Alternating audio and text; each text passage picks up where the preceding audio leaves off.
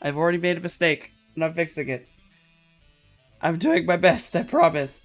Um, with us tonight we have Jason, played by Noskavian, Cloudy, played by Lord Rodon, Mojave, played by Daybreakathon, T103, played by Slippery Nos, and oh my goodness, Morningstar, played by Theorusarave. I almost called you Scales.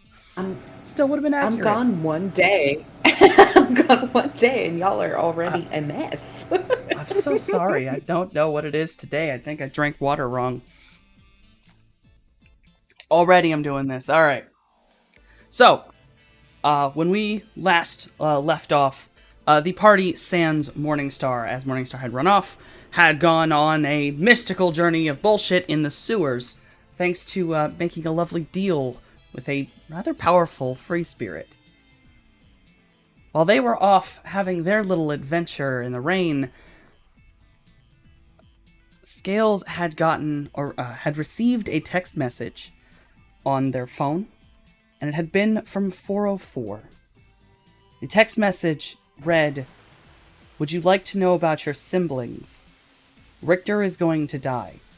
He wants to tell you."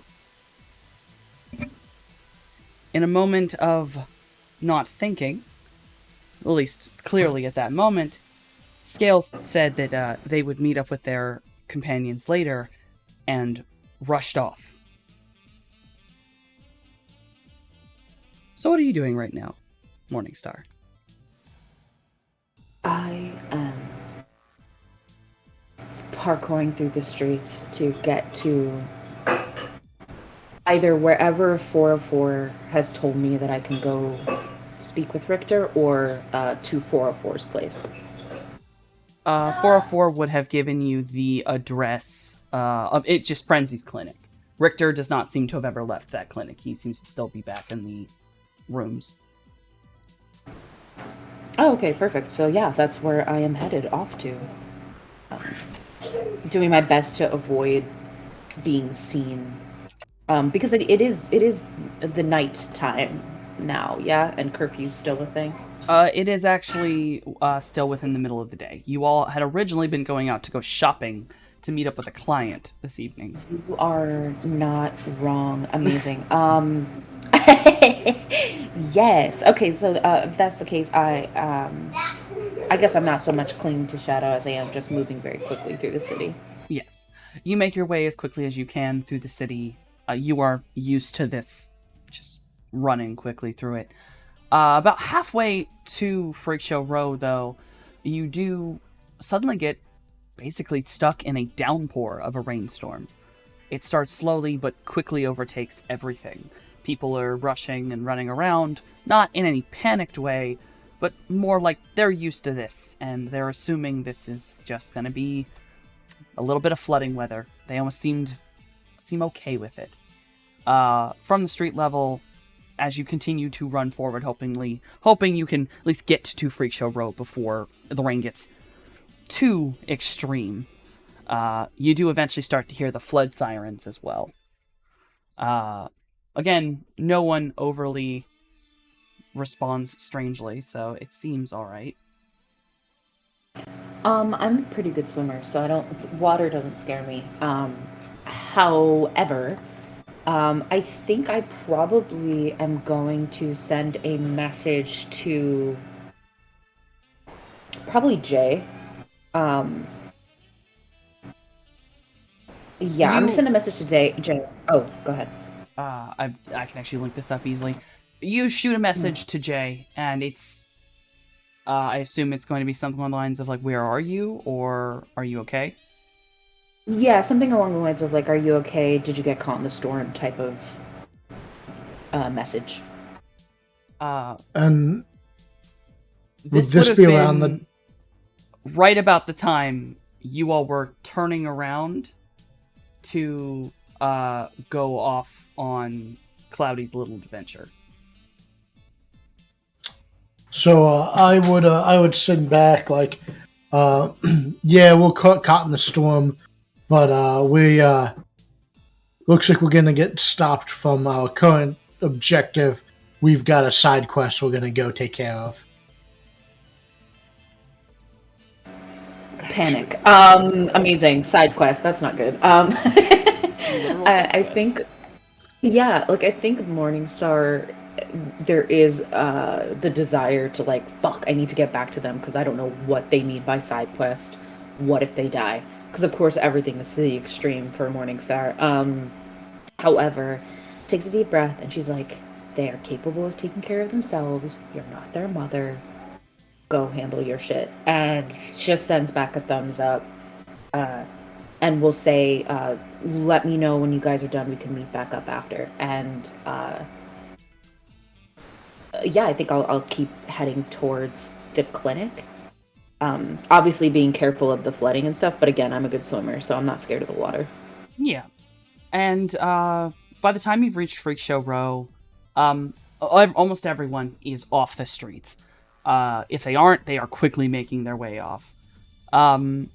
You've seen that some people have moved their cars away from lower parking lots, parking them up on the streets.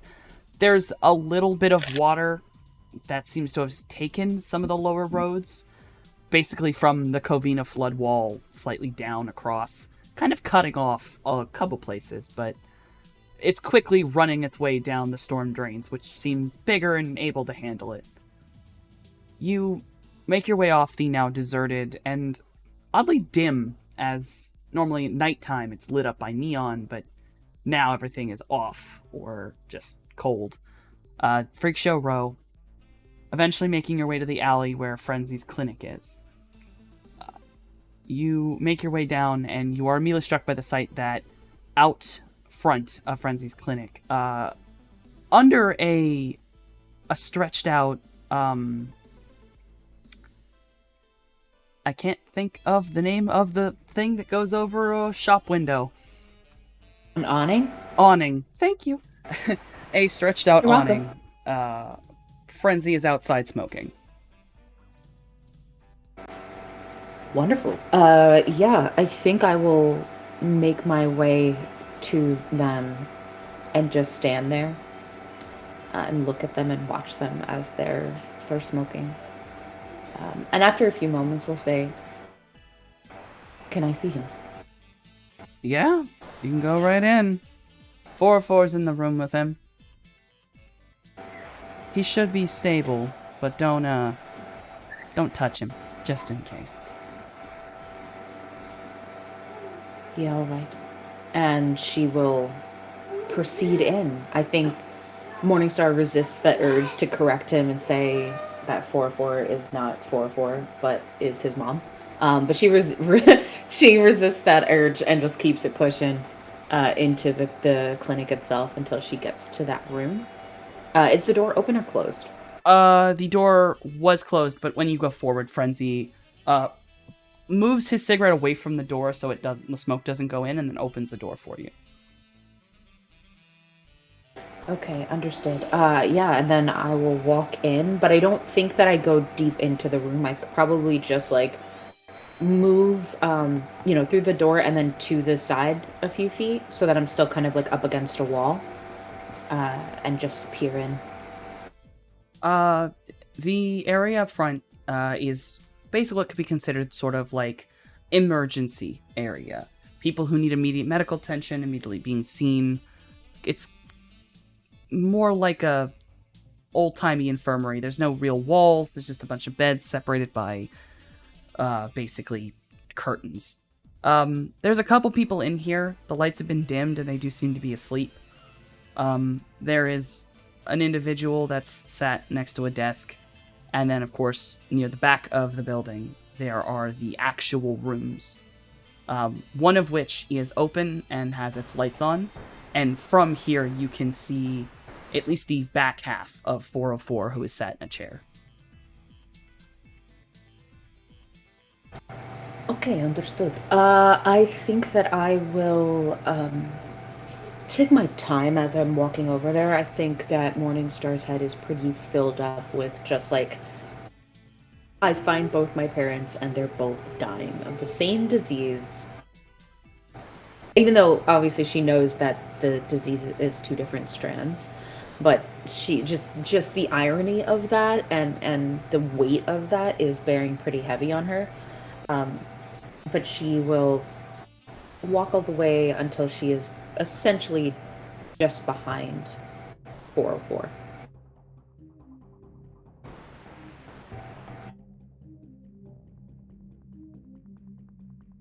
What do I see? Upon entering the room, you see 404 is kind of leaned over. She's sitting sort of like the thing where you're backwards in a chair where your arms are up on what would be the back of it.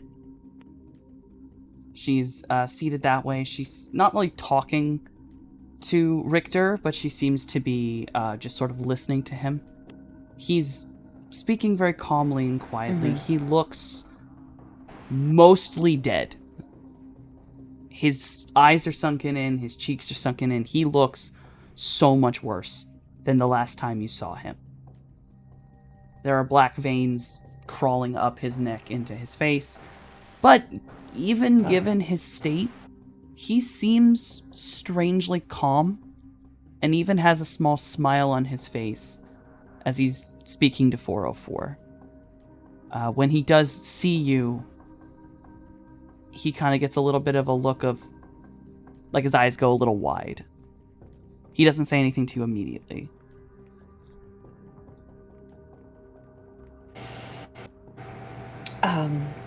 Damn. I think Morningstar stares for a little while, sort of looking him over, seeing the state that he's in. For a moment, probably looks at 404 with a stoic face, probably very similar to the expression she had with her mother, and then looks back at him and says, "We need to talk." Yes, we do. 404, without any words, gets up from the chair, spins it back around, sits it at the side of Richter's hospital bed, just sort of gets up and calmly walks past you and kicks the doorstop, lets the door shut. I will sit down in the seat that she was formerly seated in, and just sort of elbows on knees, kind of steepling the hands and staring at him. And we'll say, "I have about 1,000 questions to ask you, and I clearly do not have enough time to ask them all. So I will ask the most important question first. Are they still alive?" Yes, I've asked my contacts that still listen. They are alive and functional. Nothing has... They haven't put them to sleep or anything to harvest them like they did to some. I think there's just like the softest rattling sound coming from Morningstar.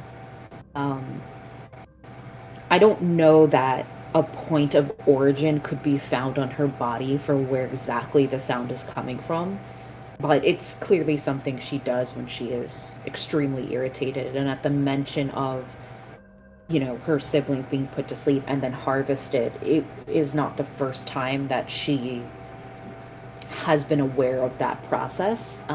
After all, the siblings that are alive are not the only siblings that she had. And I think after a brief moment, she leans back in her chair and says, "Why didn't you say anything?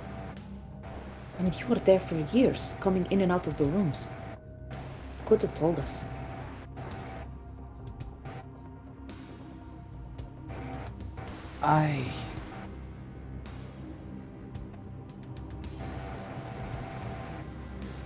I was a coward. There is nothing else I can say. I was terrified of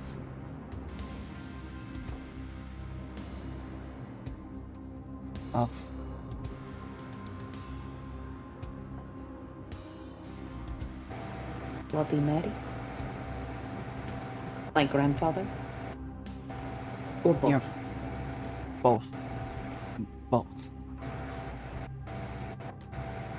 I was a part of a group that was taken from Evo. We didn't have an option to leave. If we left, we would be corporate traitors. I see. And just really quick, ST, you said Evo as in Evo. EVO? Yes, EVO. Okay. And you would immediately know that is a company that is known for their genetics and biotechnology. Okay, wonderful. I'm going to, like, if you'll allow me, sort of in the background, have a sort of note collecting from the internet of anything on Evo. In, like, that group and the things they do, as much as I can find on the internet as possible. Just running in the background as I speak to... Do you want basically Right just there. surface level stuff, or are you trying to get something to go deeper? I think for now, probably just surface stuff. Until I get a little more time to go deeper. Yeah, I mean, it's a surface. It basically is a matrix perception. If you want to just roll me that, we'll say, for funsies, you had a little sprite doing it in the background. Wonderful. I would love to do that. Would you like me to roll something for it, like computer or something like Yes, that? Or matrix no? search is a computer. Okay, wonderful. So we will do that. We have done it. We got 7. You are perfectly fine. That sprite is just working its way back there, just fiddling through information. Perfect. Yeah, I think as that's happening and I'm, listening to him speak, and I say, I will give you credit. At least you are the one who is willing to admit that you are a coward. You couldn't manage it.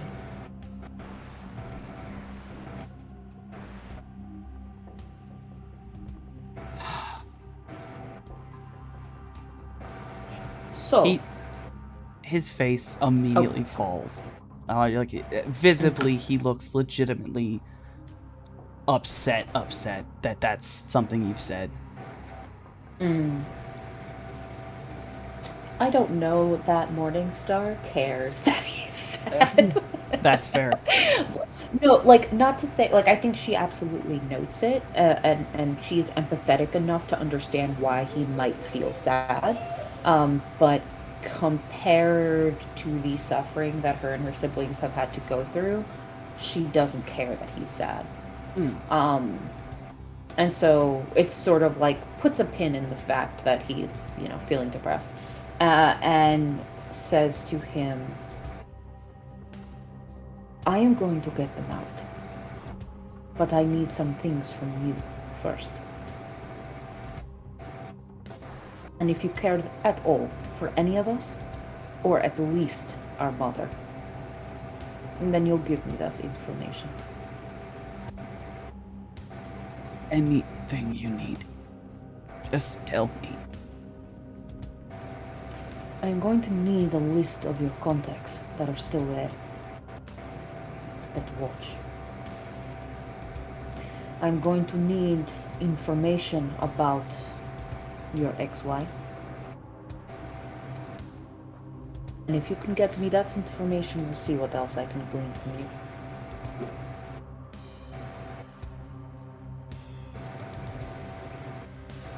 I have given that to 404 in a file meant for you. She'll send it to you. Good. Cosmic GM, I've got a quick question here. Yes. And if this requires a matrix search, then I will do that. If I were to suffocate this man, would he die? Or does the condition that he have, like, make it far more difficult to kill him?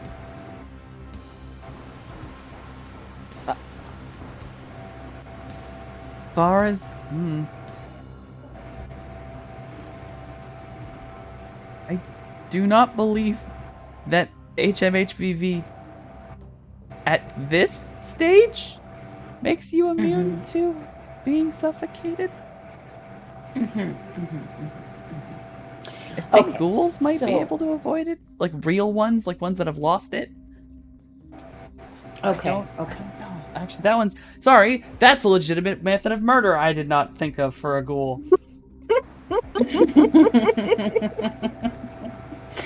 I'm just trying to see some things here. You know, just weighing some options, some potential options here. Cool. So then I will pull my chair, like, from between my legs, pull my chair and kind of, you know, inch my way forward till I'm closer to the bedside. Yeah. Not too close, just in case, but just a little bit closer. And I say, what was she like when you first met her? My mother. Oh. Your mother was sweet. We're kind given the scenario. But your mother was very smart. Smarter than I even knew.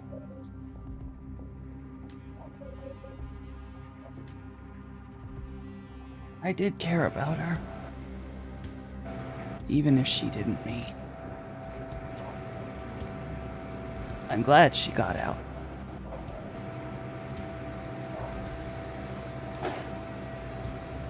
Were you in love with her?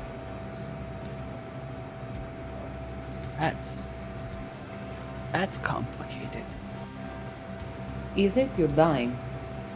Were you in love with her? I suppose I did.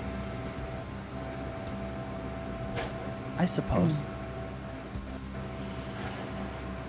I think I only know that I loved my son.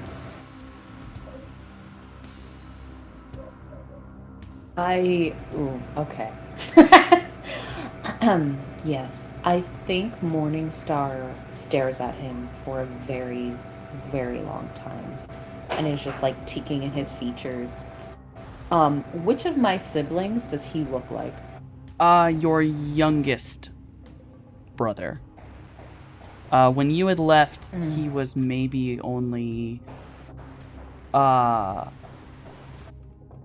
god, maybe he had finally turned 12, and he was the one who had problems moving, because he was much more like your mother, in which the bottom half of him was serpentine. But it was a little it was a little higher than hers, and because of that, movement was lower to the ground than, like, your mother can sit up, he could not. Right, so he couldn't function in the same way. Okay. You only loved him.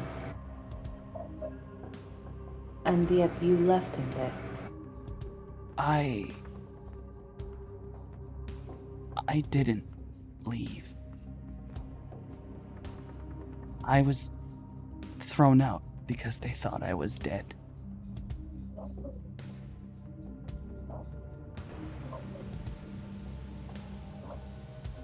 Oh. I see. Are you in pain? I am, but not for much longer.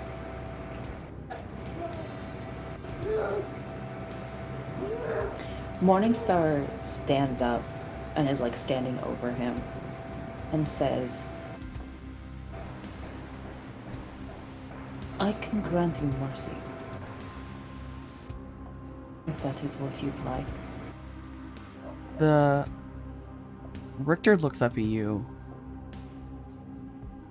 like really looks into your eyes, and he tears up for a moment, and he goes, I thank you for the offer. But I've already decided how to go. And I don't want you to taint yourself any more than that facility has tainted you. I think that there is just like the slightest hiss that comes from her, like a barely audible, because in fact she wants to suffocate him, but she simply nods and says, I'm going to get them out.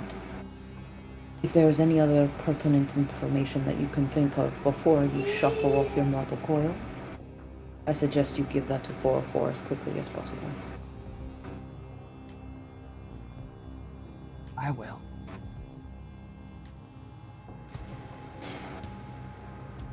I'll tell him that you love.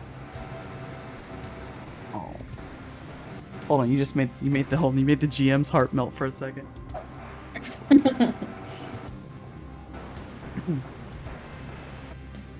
Yeah, oh god. That hits him, definitely, as he hears that. And he calls out, it was nice to actually meet you properly, Lydia. She looks over her shoulder at him. And like when he says her name, her true name, all her scales do that shimmer of rainbow that happens every once in a while.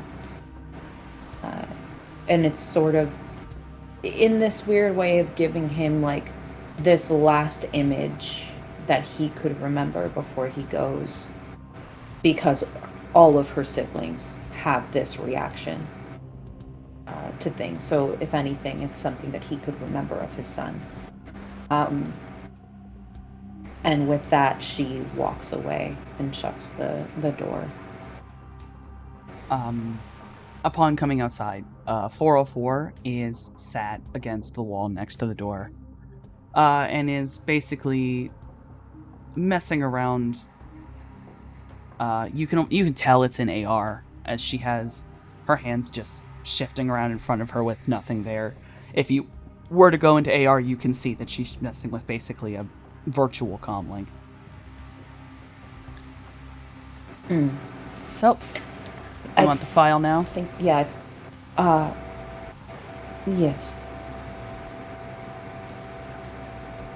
right. Yes, I prefer that.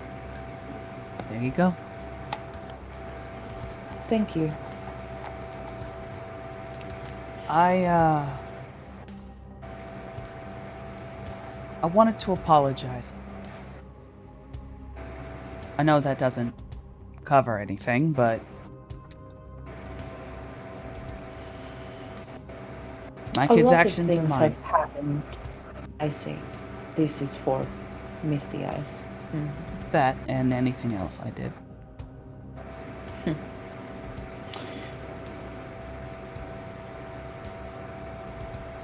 As much as I appreciate your apology, it doesn't count until it comes from her. I know. When she says sorry, then I will give forgiveness.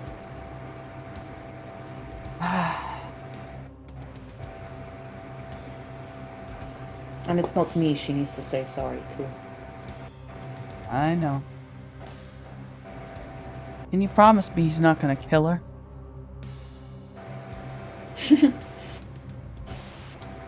I think I would be lying if I said, yes, I can promise that. I can't.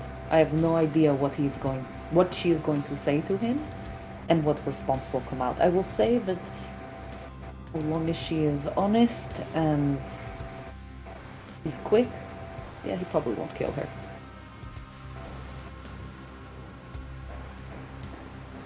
T is strong and quite capable of killing. but he is not unreasonable. He is someone who can follow a stream of logic. She explains herself. I imagine that while she may not be forgiven, she will be alive. Well, yes, the logic's pretty good. She's about as robot-y as it gets.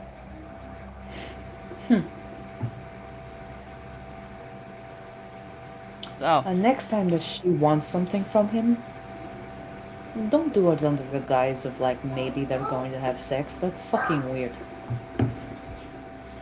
I didn't teach her that. I'm scared of where she learned it. That, I'll admit, that actually surprised me. That surprised me. That was part of that night's fight. I'm not gonna lie.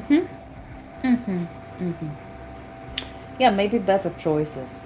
Now he's all fucked up and it's her fault. So anyway, doesn't matter. Make sure that Misty Eye says she's sorry and explains herself. Thank you for the files. You're welcome.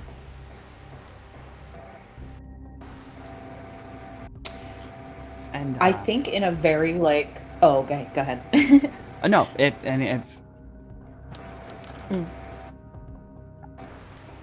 Yeah, I think that, like, after that, Morningstar just walks out. Like, there's nothing else that she wants to hear from 404 right now, so she'll just walk away. then if you're gonna be walking out, I will just give this as you see this as you leave. You can see that Frenzy is now in the building, and he's at a medical cart. And you can see that he is preparing a rather large hypodermic needle. Like, this is a very big amount of liquid. And Yeah.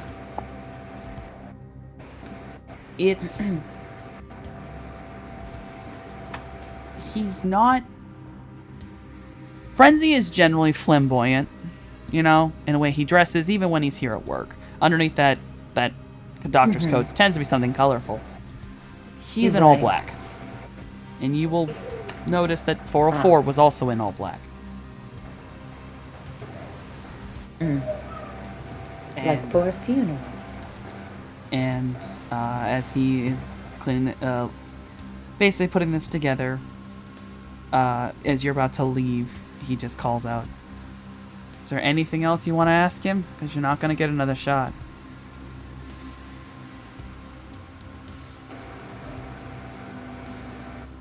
I think she pauses just for a moment.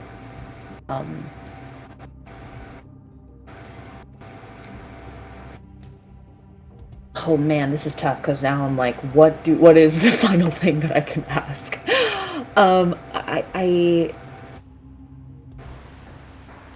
She will take out a notepad and she will pull out a few pages, hand it to Frenzy, and says, "If there's anything he wants his son to know, tell him to write it down, and then give me whatever he writes." Frenzy takes it in his hand and just... All right. You can stick around for the storm if you need. But if you want to just go out in the rain, you can.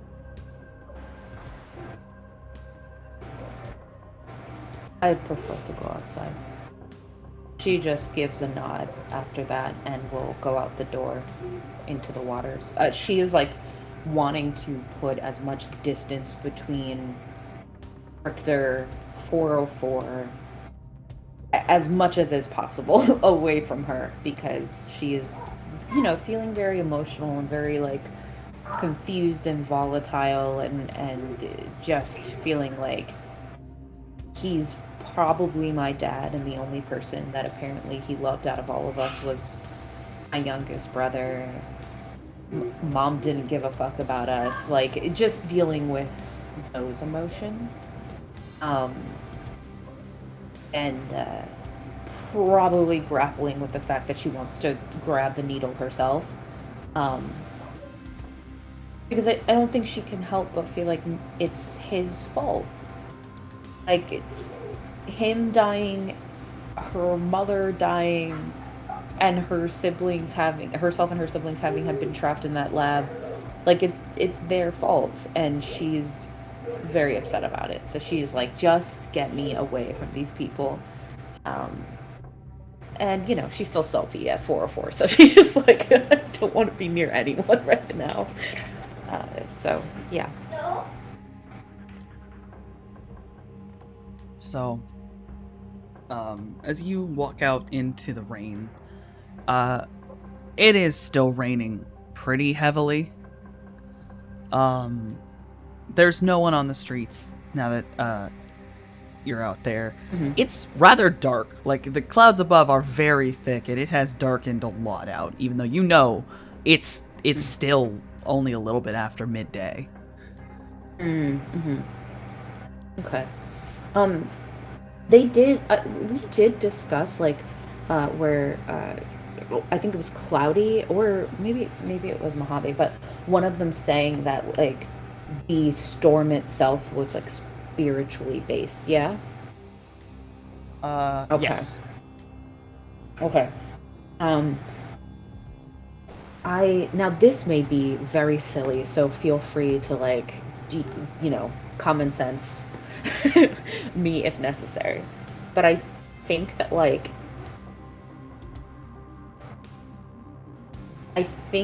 Morningstar is gonna go to the highest building she can find that is nearby, and she's gonna go up to the tippy top and sit up there and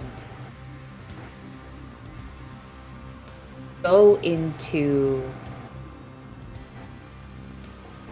oh man, do I do this? Go into VR, and is going to stay there for a while and maybe unpack some of this stuff, open up those files that she got from 404. So, hold on. So I can clarify what you've just said. Mm-hmm. You want to go up to the top of building? To like the rooftop of a building. Okay. Are you going to be in like safe place? Are you going to try to be undercover?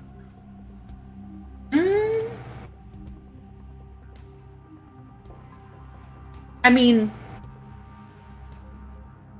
no.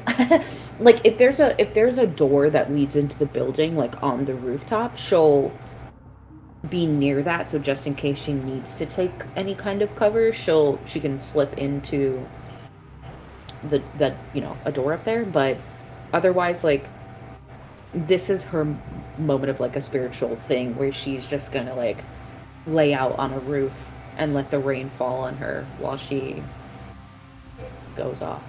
So now I ask, you meant VR, or did you mean AR?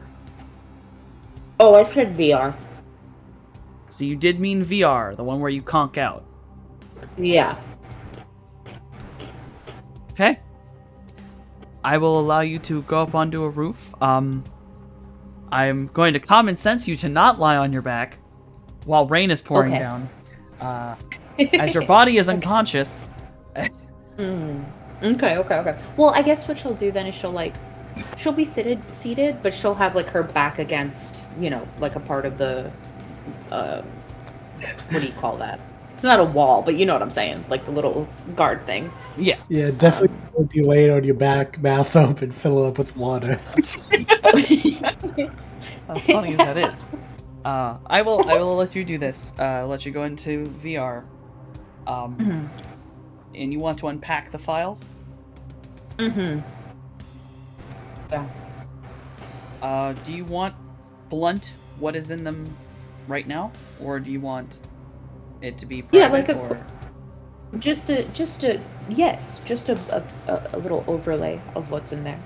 The files that you were sent are a single contact. It is a privated number that has, or like a number that is clearly, it's either to a burner or it's a very strange phone, as it has far too many numbers, which means it's under like 4 extensions, like you were to call an office. Right. And this is just, and it just has the name Ruby underneath it. And then everything else in there is everything. It has, at least far as you can tell, up to date currently, genetic breakdowns. It is all of the files of your siblings and you. Fuck, okay. Genetic files. And I okay. will allow you to see something very specific while going through these. That's the most important part. Okay. Okay. Tell me. In the files for genetics, basically through, you can realize that the results of those trials are your siblings and you. And in these trials, your youngest sibling is under a classification of non-trial and accident, and it actually has both your mother and Richter's names. Up a little ways, for you and the rest of your siblings, all of them are trial, and every single one has a donor number. And every donor number is different. Wow. Okay. And you get Richter's file, and you can see that he's been blacklisted, fired, and a few other things. And Right. almost like it was forcibly stamped in there, he has been given a donor number, and it does not match any of the siblings other than the youngest. Richter is not your donor. Yep. Incredible. There's probably a fleeting thought of like, I should have killed him. But no, I think, at the end of the day, it becomes irrelevant to Morningstar of like who their dad is, about as much as it's irrelevant who their mother is, because either way, they're still stuck in that lab, and we still had all these horrible things done to us. So,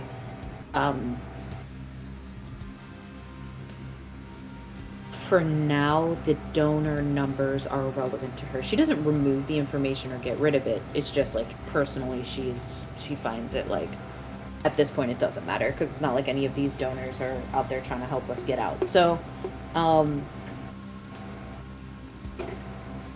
is it okay? So I don't know if this type of thing would be in the file, but is it a matter of these donors were brought specifically to the lab to do the thing, or was it just like, there's a fertility clinic, let's just take a bunch of product that they have and use it here? Far as you can tell, given the procedural stuff, because there are procedural ones for some of these trials, the words being used are clear that this was artificial insemination. These are not people. These are just specimens.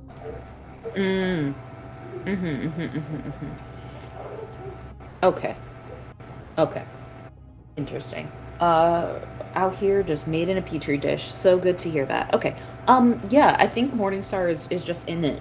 She's sort of deep within these files, and whenever the time comes that she's done going through this stuff, at least for now, she will slowly come out of the VR, and then when she's fully conscious and able, she will start heading in the direction of where she last left her group, which would have been at the condos. And I will allow, with everything that's occurred, this is now everyone is meeting at the condos. Party has had their spirit adventure. We have gotten the files on Morningstar. Everyone's meeting back up. It is probably about 6 at night. Okay. Yeah. Morningstar will just be kind of probably chilling outside of the condos. Actually, wet. if you'll allow, because I definitely want to try it. From a whatever convenience store, Morningstar will grab a pack of, she'll buy a pack of cigarettes, and she will sit underneath a awning, and she's gonna try to smoke a cigarette.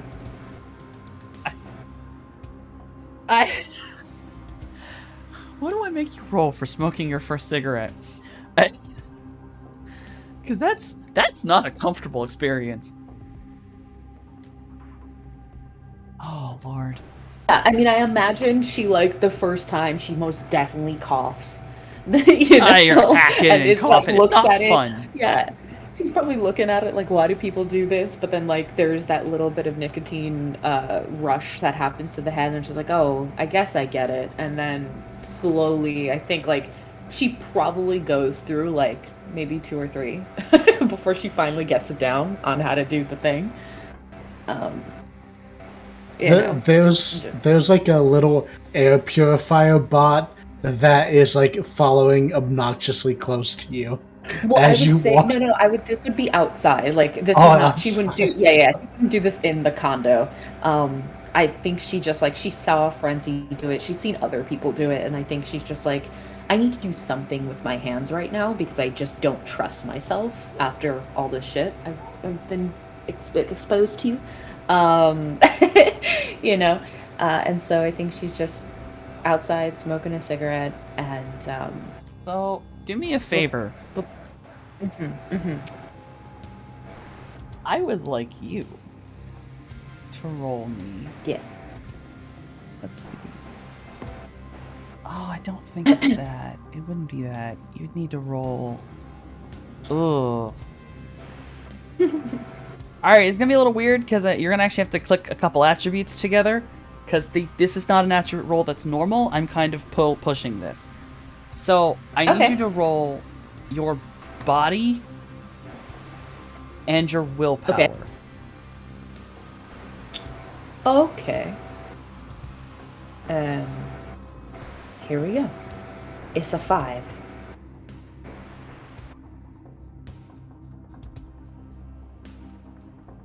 Okay, and you smoked a couple of those, right? So, do it one more time. I would say, like, if anything, she, like, took a drag from one, started hacking and coughing, flicked it away, because she's like, why the fuck would someone do this? But then she tried again. You know what I mean? Until she got it. Then I will allow you to... I just want you to make one more for me. Okay, not a problem. Willpower and body is a 4. Alright, you're fine.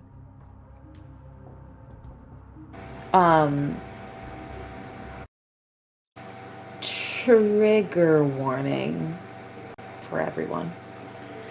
I think as she's sitting there, when she gets near the end of this cigarette, she's staring at her hand, and there's like a flash of rage that goes through her, and she outs the cigarette in her hand.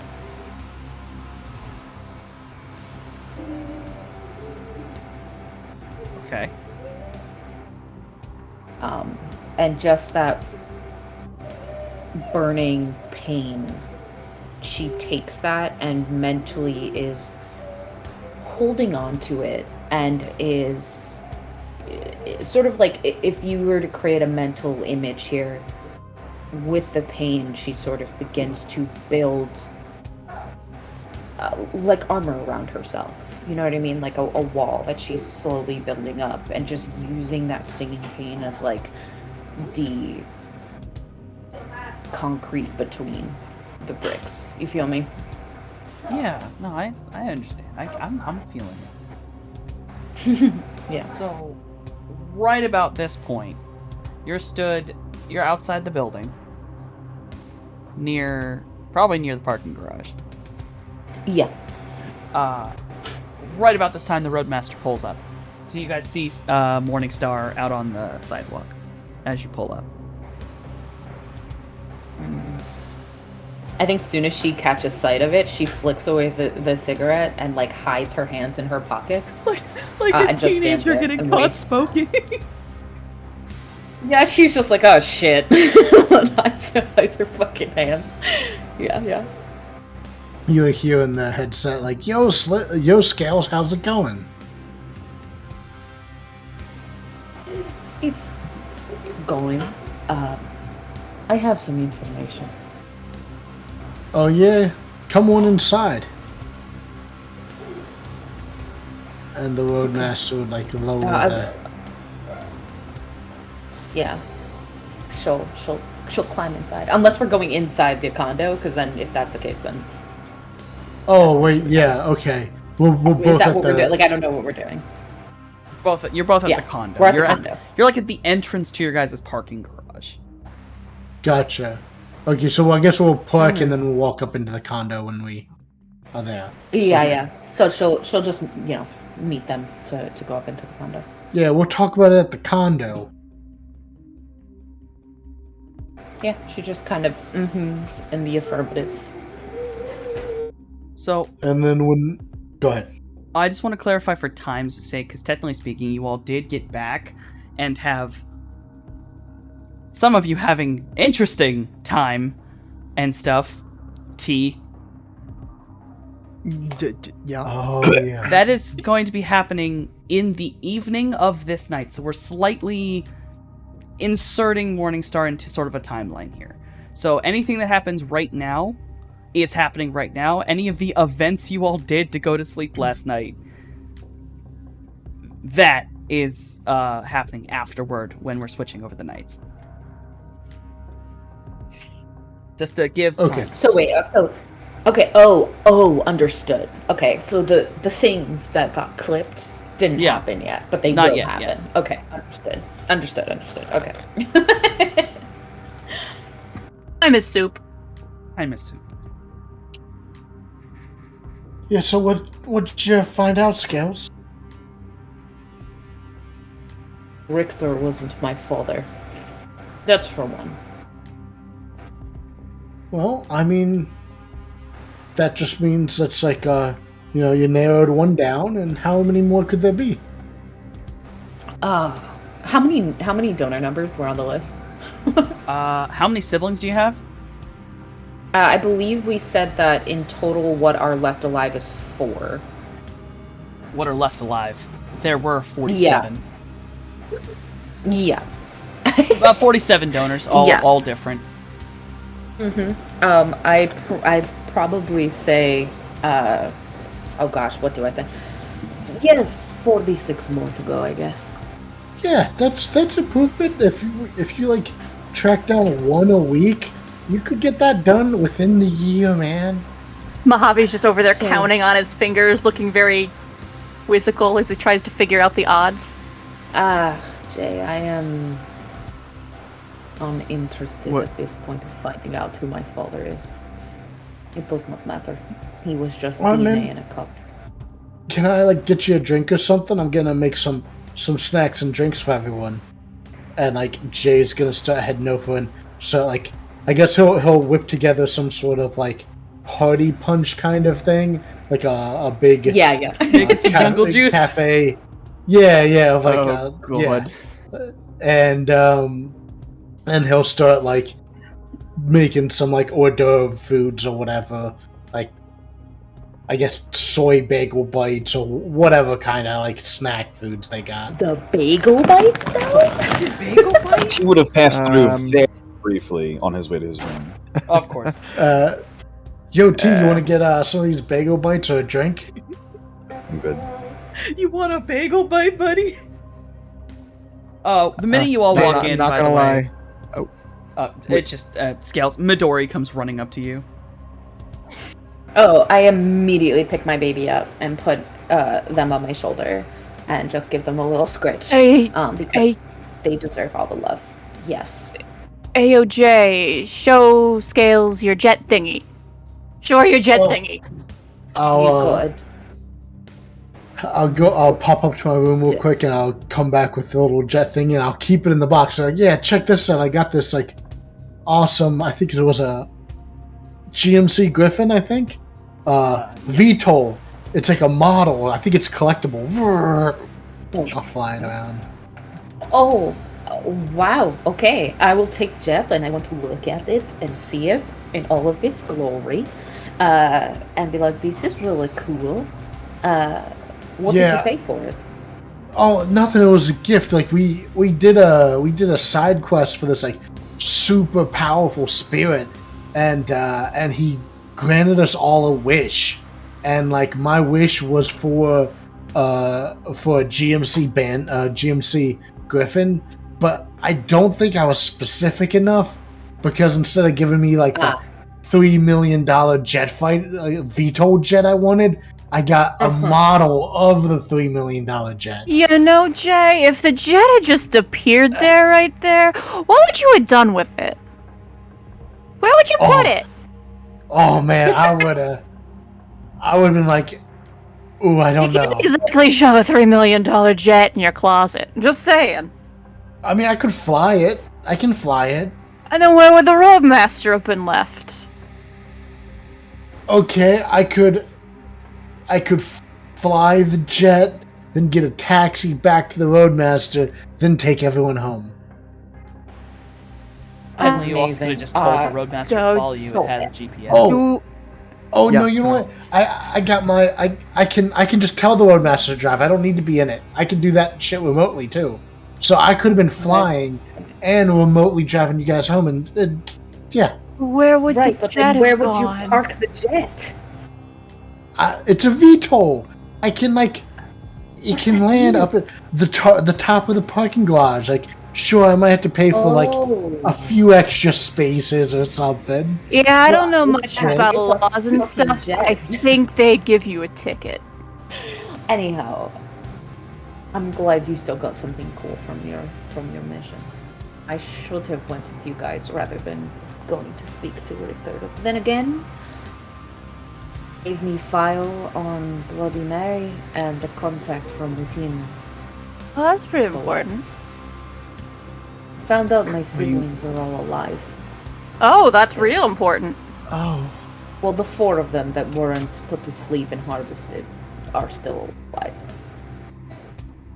But the contact is still there, and so if we need information, I obviously will be using this contact to get into the lab when the time comes, but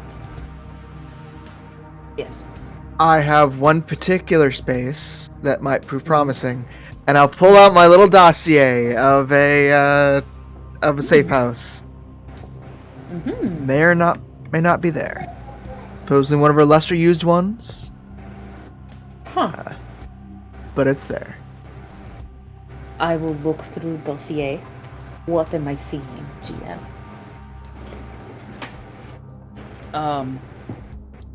The dossier basically breaks down a location in the... it's technically mid-Hollywood area. It's not upper crust. It's not lower. It's in the middle. It's surrounded by mostly non-residential buildings. And the only reason that it's so secure is simply it's basically in an alley with a dead end that's secret. Like, it has a false wall. So it's in the center of all of these large businesses, but there's no actual way to get back there unless you know what you're looking for. I see. But it's basically just a hideout, safe place. It does state that this was a lab at one point, or at least is supposedly having one. Okay. And it has it's an interesting, just interestingly written. This is the one that Spirit gave you, right? Yes. Okay. Yeah, no, this is written from the perspective of, like, someone who had been inside.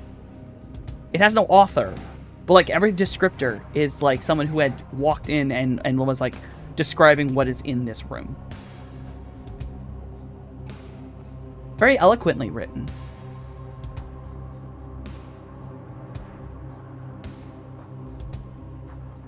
But, yeah, it's... Okay. You have where it's located, you have how to get in, and the fact that it has not been visited in well over a year.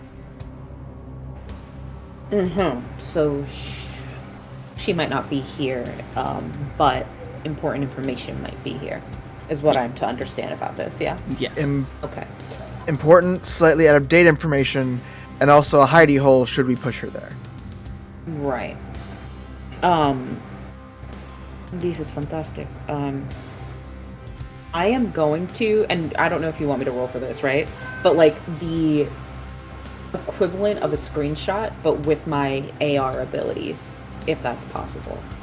It is. It is called Image Link, and yes, you can You can in fact take a screenshot in real life. Delish, love it. Brain photo. Brain photo. Yeah, so we brain photo real quick and just store that in my files that I have on Bloody Mary here, and cool. So in the files that I was given,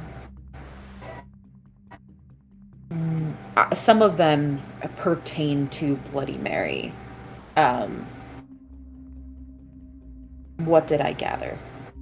From Richter, I should say.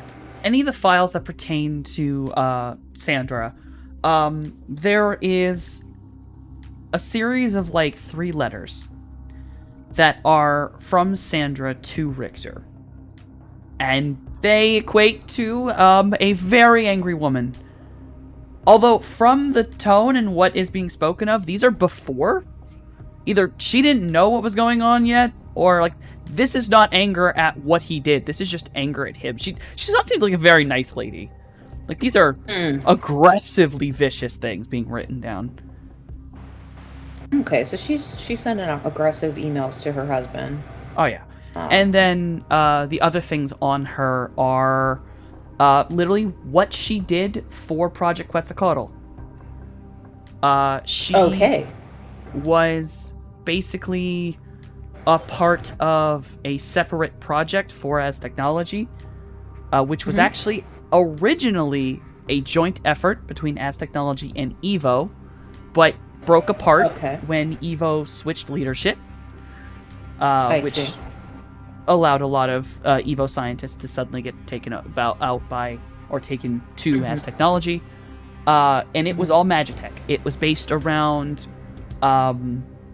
it just basically discusses items that are dropped off that are Magitech, biotech, DNA integratables, a lot of stuff that your siblings probably have inside them and you have inside you to give you some of your abilities or to help you function. The only oddity that is in the list of items that she's brought is something called Custom Magitech Spine. And the reason why it's weird is given its diameter, it is 40 feet, or like dimensions, it is 40 feet long. Jesus Christ, okay. This is not meant for any form of metahuman. Yeah, okay.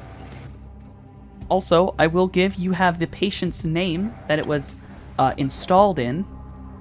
Yes. And you have... Hold on. My brain.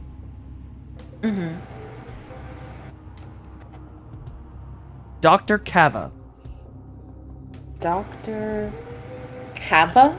Cava. Like with an A at the end? Yes. Okay. C-A-V-A. Wonderful. Okay, so a 40-foot long spine for a Dr. Cava? Yes.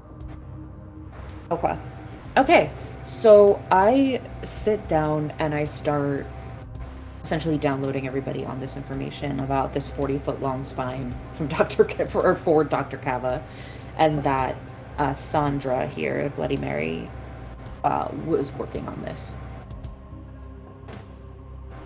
And the Magitech mentioned before about, or rather from Torpor, it is something that apparently both Evo and As Technology were working on together before my children started yelling.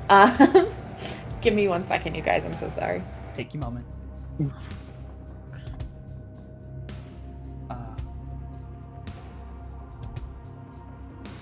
So Jason, what kind of jungle juice you making?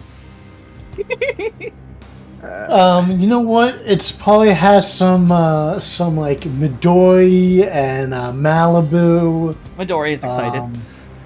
Oh no! No! The moment you start putting in that weak liqueur shit, it is like no! If you're gonna make this, it needs to be stronger. I just have the mental image. Jason starts, and then Cloudy starts taking over, and then Mojave just slips in to tip odd things here and there into the bowl. Just too many cooks making who knows what. Just spicing it up with a little alchemy, making this extra strong. Yeah, Okay, So- hello. Someone grabs like the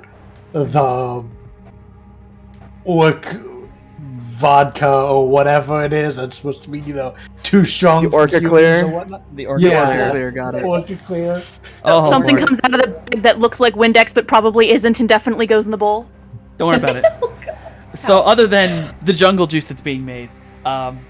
back to Morningstar. Yeah, right. So, as technology and Evo were working together at one point to create Magitech items, to which I've recently found out is part of my genetic makeup as well. It helps me and my siblings function. I was quite literally made in a petri dish.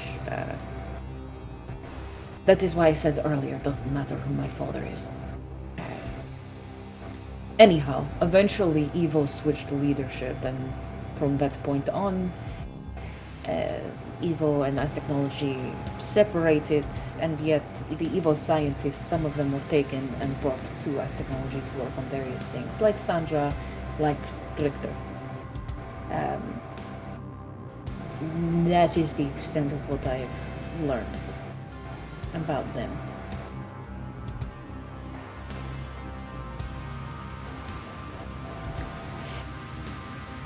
So, what did you guys do?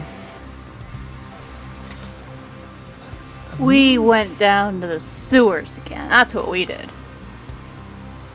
Into the lacuna. Yes. Uh-huh. Pretty neat down there. Oh, Bit of a custody battle. Yeah. Human mom wanted her kid back, and Spirit Daddy hired us. I have had enough of families, to be honest with you. Yep. But I'm glad it went well. Yeah, we asked the kid what he wanted. That's what we did. The dad was real tall, except when he wasn't. Yeah, like have you seen like the old shit about the Slenderman guy? Like Oh yeah, I've read about that online. He had this Yeah, it was jacket, this- and inside there from back wasn't in the day. anything.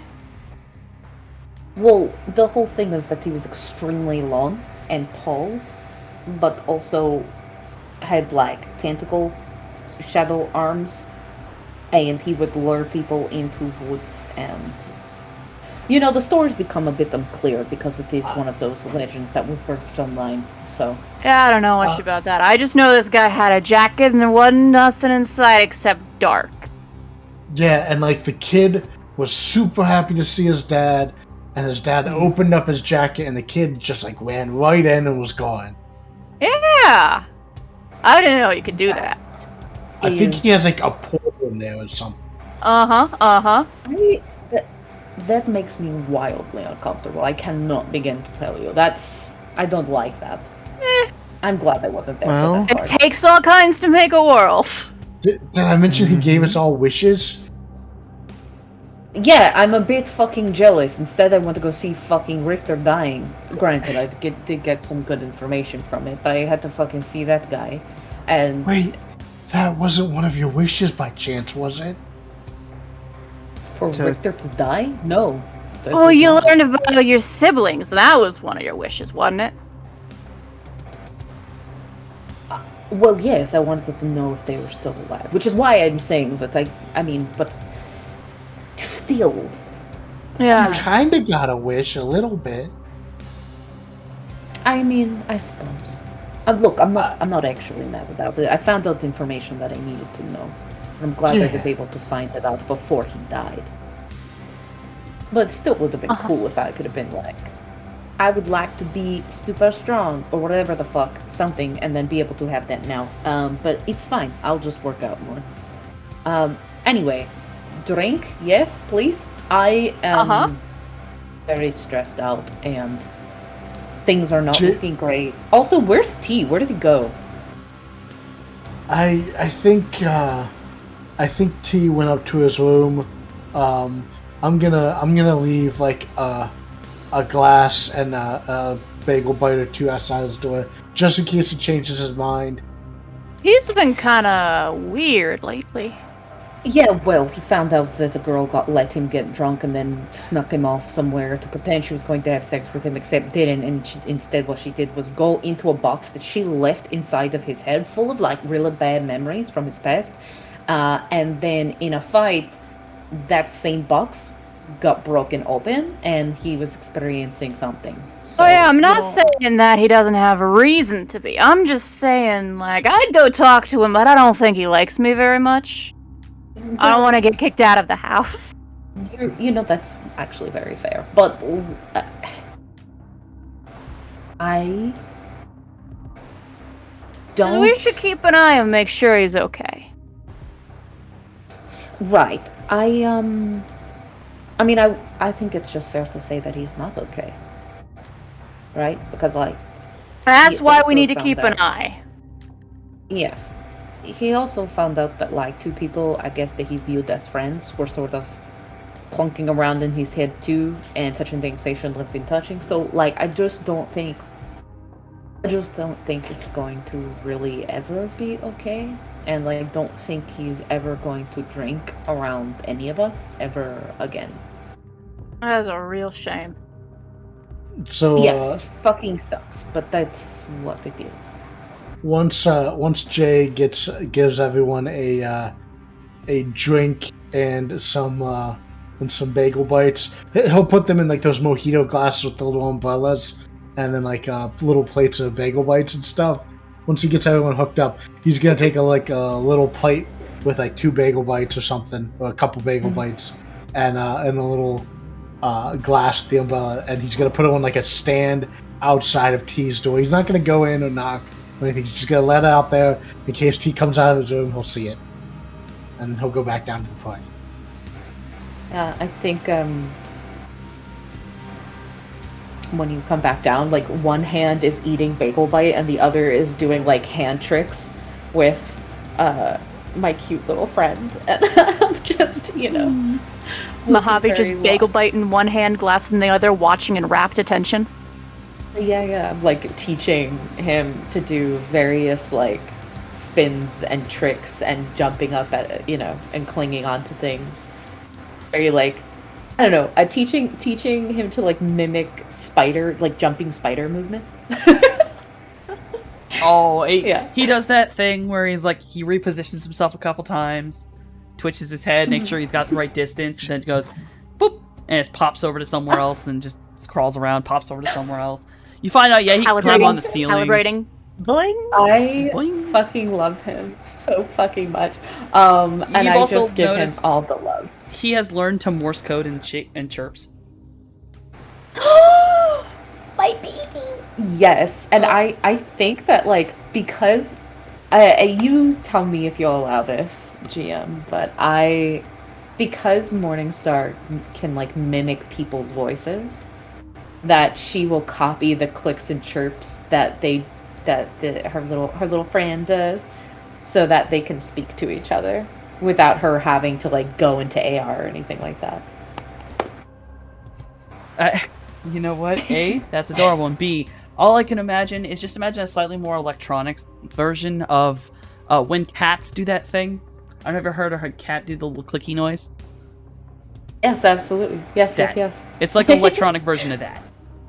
Yeah, it's just Morningstar and this cute little android just going back and forth, being like at each other. Yeah. Jay would want to play with Midori too. He would take like a little I'm sure we probably have like a little like synthetic lime juice, like plastic green lime or something like that. So he'd take something like that, and then like he'd play like hide it with between his like 4 hands. He'd try to like shuffle them around and be like, which hand is it in, kind of thing. Yes. Perfect. Midori does the whole on, like, actually settles and stares at it and follows it. You know what? You're honestly shocked he gets it wrong. at all.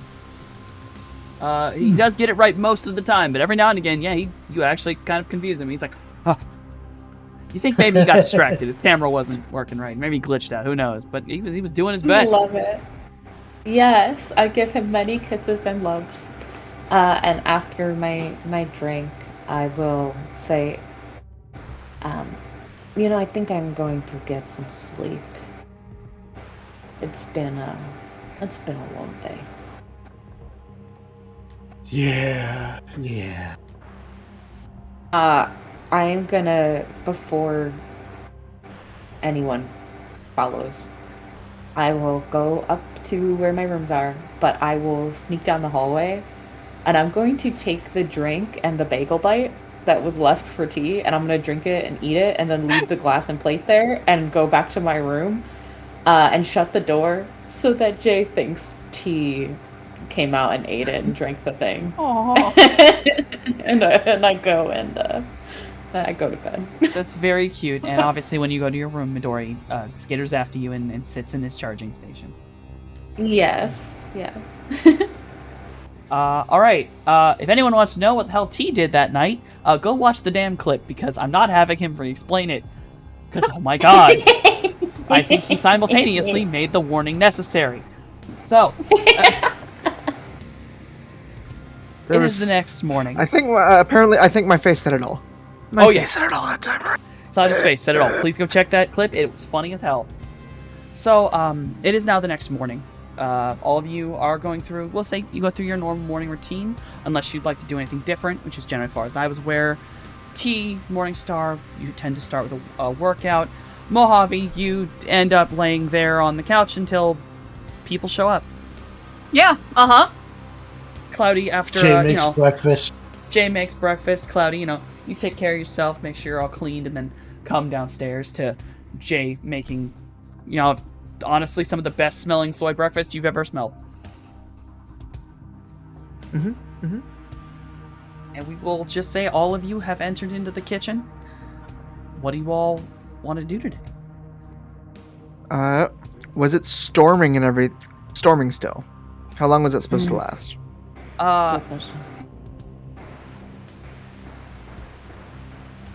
Hold on, actually, I do have a timeline for this. It is raining, but it is not storming. And if you were to check the news, it appears that there will be a... the news says there's a break in the storm later on this evening. But does warn that the whole city is still under severe weather and flood warning. As the cloud... I think it's called a cyclone on the west coast. I don't know. The cyclone... Or typhoon. I think it's a cyclone. I don't know. The thing weather. that's not technically a hurricane, but it is a hurricane. I'm pretty sure you're on it. Yeah. The I'm cyclone pretty sure is still in the cyclone. area, and it's still hovering. And it is still, you can see the clouds moving very quickly. It's just not raining as hard as it was yesterday. Yeah, just curious, looking out the window as somebody with the magic eyes, what them spirits up to? Oh yeah, big giant water spirit still up there. He's just swimming around in the cloud. Yeah, and them little guys? Little guys They look like they're taking a break. Some of them are laying down on roofs. There's one stuck out on the fucking balcony. He's just he's like a little squid looking one. He's just slapped onto the balcony, just laying there. If it's on the balcony, can I go try and pet it? Yes. I'm doing that. I will let you pet the squid. Just on the balcony petting this squid that no one else but maybe Cloudy can see. Don't worry about it, it's fine. You are able to pet the squid spirit. Cloudy would just kind of shrug, don't. Yeah. Just make sure it doesn't ink all over the couch if it manifests. Hey, we're outside, it's fine.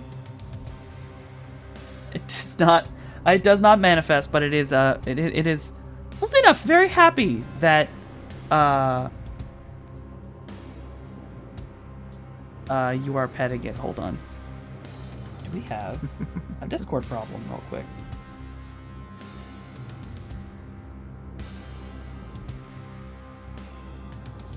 Do we have a Discord? I can hear Discord. Can you hear me? Yeah. I can hear you. Yeah, I think we can't hear Slip. Yeah, do you want to drop out and drop back in, buddy? Holy shit. Oh, Oh dear. has he just been talking the whole I time? believe Oh no. he has been talking the whole time. We've not been able to hear him. Are you there now? Hello? But there he Yeah, is. we can hear you now. He awakens. Hello, friend. Hello. I'm sorry, I may have celebrated too loudly. Oh my god. Sorry about that. So, breakfast is being cooked, or it has been cooked? I guess you walk in the process. Like, some food is ready, but he's still cooking. Okay, he'll grab a glass of that soy orange and glance over at Mojave, who's petting the air out by the infinity pool in the rain, and just shakes Oh, his who's a head. good sky squid? You're a good sky squid. That's hard to say, sky squid, but I like ya. That boy ain't right.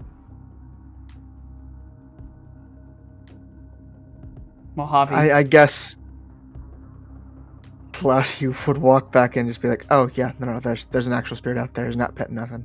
The sky He's squid, petting something." after a few pets, flies back up, and it leaves you a present. You open your hand, and there is a small teal pearl in it. Sort of waving to the squid as it flies away, and then just coming back inside, shaking the water out of my hair. I will toss a towel at Mojave. Oh, thanks. I guess T would have also brought out the tray with the empty dishes and put it at like the edge of the dining area. Very confused why someone would put dirty plates outside of his room. Oh, T. I'm gonna be staring at T very T, meaningfully as Jason speaks. Yeah. T, I'm glad you ended up drinking your drink and eating your bagels. I set it out there in case, you wanted a little snack last night. And it looks at Cloudy, then Scales, then the dishes, then Scales. Yep, just very meaningfully, like, let And him Jason. have this. Cloudy has Drink no fucking alcoholic. clue. Just looking at him like, don't just let him have it. I mean, it was what we were all drinking. I figured you didn't want to, drink with us, so just in case you wanted something. So there was alcohol in the drink. Yeah. Oh, do you not drink alcohol no more? I just am looking at T, like, please. T, dog, I'm sorry. I didn't realize that. I Virgin for won't that one, make. please. Yeah, you got it, man. You got it. Bagel bites are cold but good. Cool. Sip his soy, give Scales a look. Chugs her soy protein shake. Just good hearty gulps from Scales. And Cloudy is looking back and forth, like there's a little bit of a tennis match going on, and just shakes his head, takes a sip of his orange juice for a bit. Okay. Mojave was not paying attention to any of that because he's too busy rolling the weird sky pearl back and forth in his hands. What's that, man? I don't know. A sky squid gave it to me. Dude, do all spirits give gifts? Man, how do you see spirits? I kind of want to get gifts too. How do you not see them? That's what I want to know. I I don't know. imagine that it's not really giving gift. Usually you have to do something, and then you get something. Kind of like your side mission. You did something for Spirit, Spirit gave you a wish. Equivalent exchange, Crazy. as it were. Yeah, I mean, you're I was just probably being right. friendly, and I guess the squid was just being friendly too. Alright. It's kind of like with we're friendly to each other, and so we're each other's friendly back. Yeah. That being said, Cloud, go ahead and look down on it. Actually perceive and kind of like, is this pearl magic? No.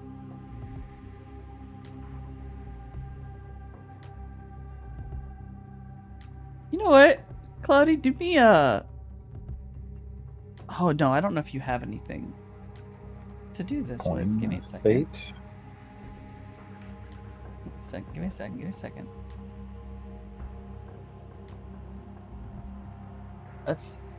You have...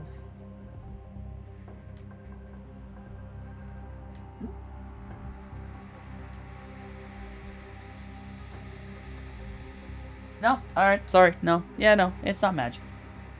Yeah, I guess also, like, it's, does this pearl ping anything in my brain?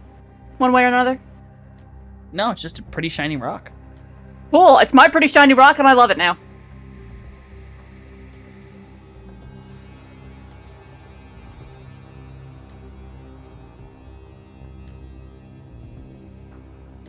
Just rolling it around in the palm of my hand. Wow. GM question. Yes? I had a side project going on to get essentially plus one invitation to that event that's happening in Vegas. Right. What's that looking like right now?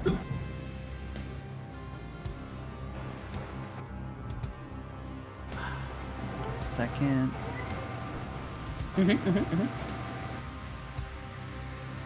I've been doing some rolls on the side. It's not looking the best. It seems this is a very exclusive event, and this is becoming an exclusive event. There's been some changes to some of the details online, and the invitations are gonna need some like really master forging. Okay, so my question becomes: Did the changes happen in like response to something? Do you know what I mean? Like, was there an event or threat that happened since that last time I checked? Not you that maybe shifted them to go. No? Okay. Huh. Interesting. Though from the complaints online, you can see that apparently it was like within like while you were asleep, it changed, like middle of the night. Huh. Okay. Yeah, I think Morningstar kind of looks to the group and says, that event that I told you about, they've changed the invitation requirements, I guess is the best way to put it, but while we were sleeping last night, they changed it suddenly.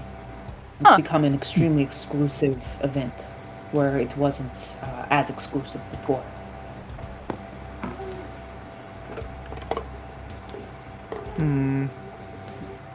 Yes, I don't know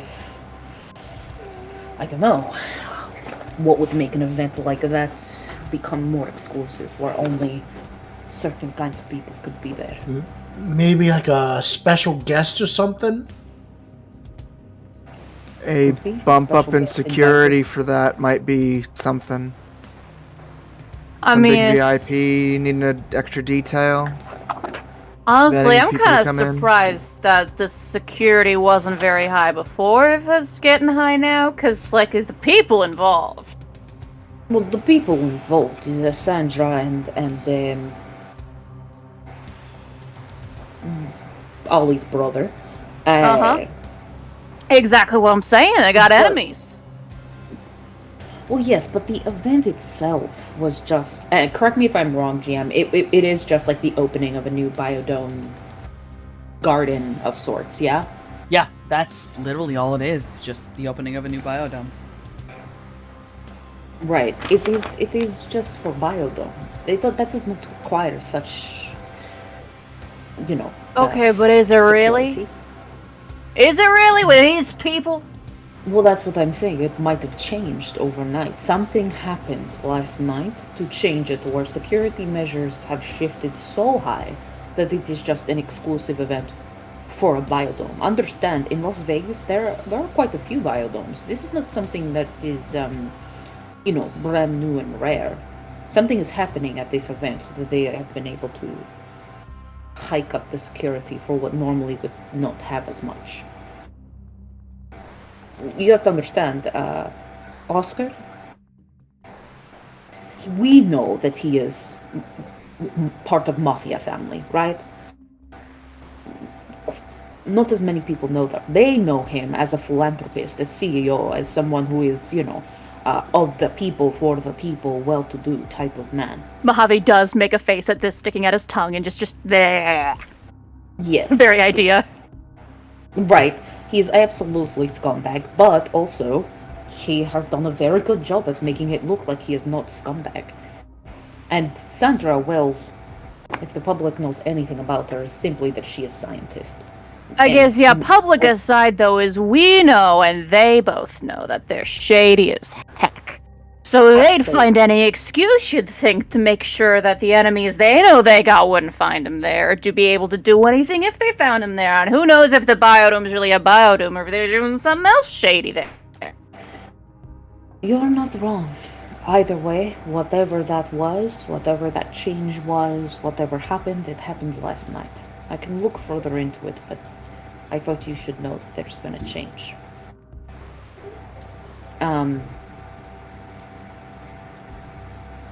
Other than that... Man, I got a lot of complicated feelings about the whole thing. Well, that's fair. I would think something is wrong if you didn't have feelings about it. Complicated or otherwise.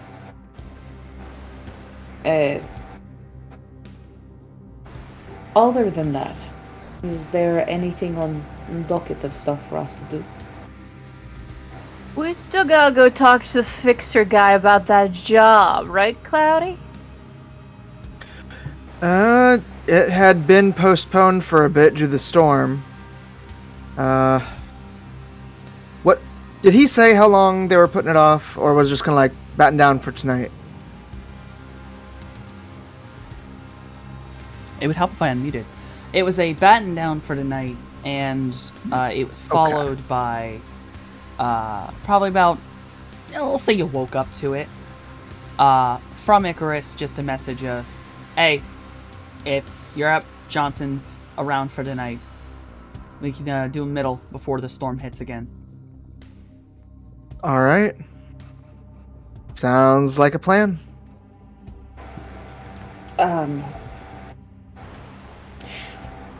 Did you guys go shopping? I know I left kind of in a hurry and without saying much yesterday.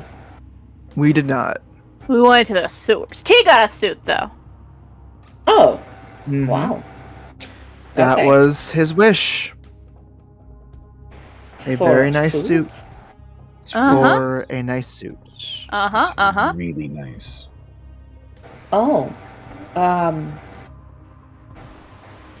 Well, damn. Okay. Cool. Well, you've got the outfit. I need to go get a dress or something. To make myself not look like a fucking bum, you know. Yeah, so if before we go, we just go real quick to the store, get clothes, and then we can head to Johnson. Yeah? Alright. Cool. I'm gonna go shower, because I'm still kind of sweaty from workout. And then I'll be ready to go, okay? Alright. And then you see Midori is like on top of Morningstar's head, and it's just like resting on their head, and they walk away to the bathroom to take a shower.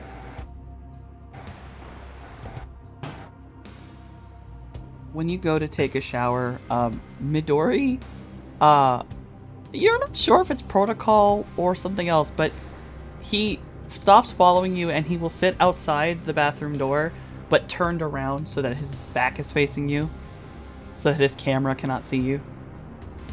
He's so precious, and I love him so much. Yeah, absolutely. Question: is there windows in the bathroom? There is now. Okay, there is now. Wonderful, amazing. Okay, I open the window and I like shower's running, and I'm definitely smoking a cigarette, darkly contemplating some things. Um,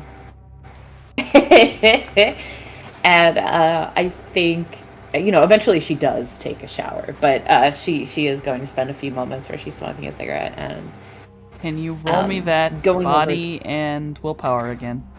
Yes, I can. I most certainly can do that for you. You're gonna make me roll this every time, huh? Okay. Amazing. It's a 3. You are still fine. Wonderful. Yeah, and then just, flick it out the fucking window when I'm done. Take a shower. But I think I am also, because I did want to gather some information about Evo, what did I gather? The things you gathered on Evo was mostly surface level. You become aware of, the general knowledge people have of Evo. Evo used to have a different name a very long time ago. I am suddenly blanking on the name, even though I've known this forever. It had another name, but now it is Evo. It is known to be, or supposed to be, very... basically, meta-humanity friendly.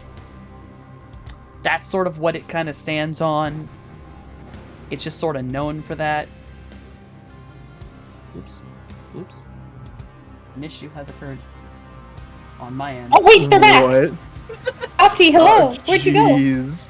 I am very sorry. That was on my end. That was a minor computer issue. Don't worry about it. It's fine. It was a blip. It has been Twitch fixed. still going? Is the question. Oh yeah, no. On my end, that was just Discord. That was just okay. Discord. Oh. I'm very sorry about that. Oh lord, god damn it. The I was the like, holy opposing shit, wait a cultists are minute. trying to send me back. They're trying to cast me Yeah. out of the void. They're summoning me. God damn it. I was writing notes and suddenly you stopped talking, and I was like, I'm so sorry. hello? Good. All right, I believe I was in the middle of the Evo. Yes. Yes. Evo is Metahuman. metahuman friendly, supposedly. Mm-hmm. They are known for genetics research, biotechnology, things like that. The surface level things everyone knows about Evo. That is what their bread and butter is.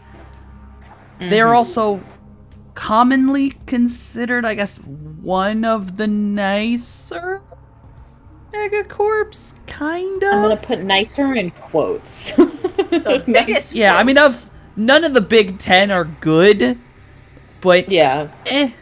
Evo's not that bad. They Right. hide how Comparison evil to the they are. others.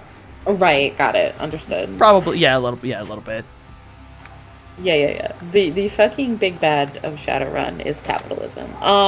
Cool. So Yes. I mean, so surface level, that's the information that I get from them. Fantastic. Yeah. Because I had a sprite kind of getting that information for me, could I now take that same sprite and have them delve just a little deeper? Get that just like Anything that deeper. basement. Yeah. I was letting the sprite do it because it was such a simple surface level thing. I didn't feel a need I that see. we were gonna make you compile. But anything of like a deeper nature, either you're gonna have to take the time to do it, or we'd actually have to compile a sprite for it. Okay, let me compile a sprite so that I can be done while I simultaneously go buy stuff for the fixer stuff we have to do today. I will press compiling. It's a 2. I don't know what that means. Okay. Give me a second to pull up all the compiling and sprite work, as it is a whole system on and of its own. Although I believe that...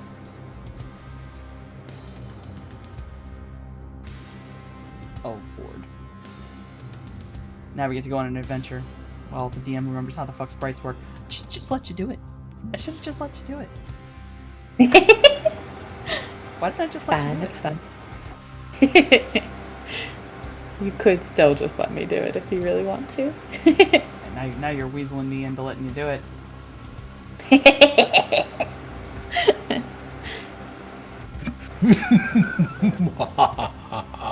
This evil laughter. Let me do it. That's what happens. Shadowrun's a beautiful game, but damn if it ain't crunchy. Oh, it's mega crunchy. Yeah, it is.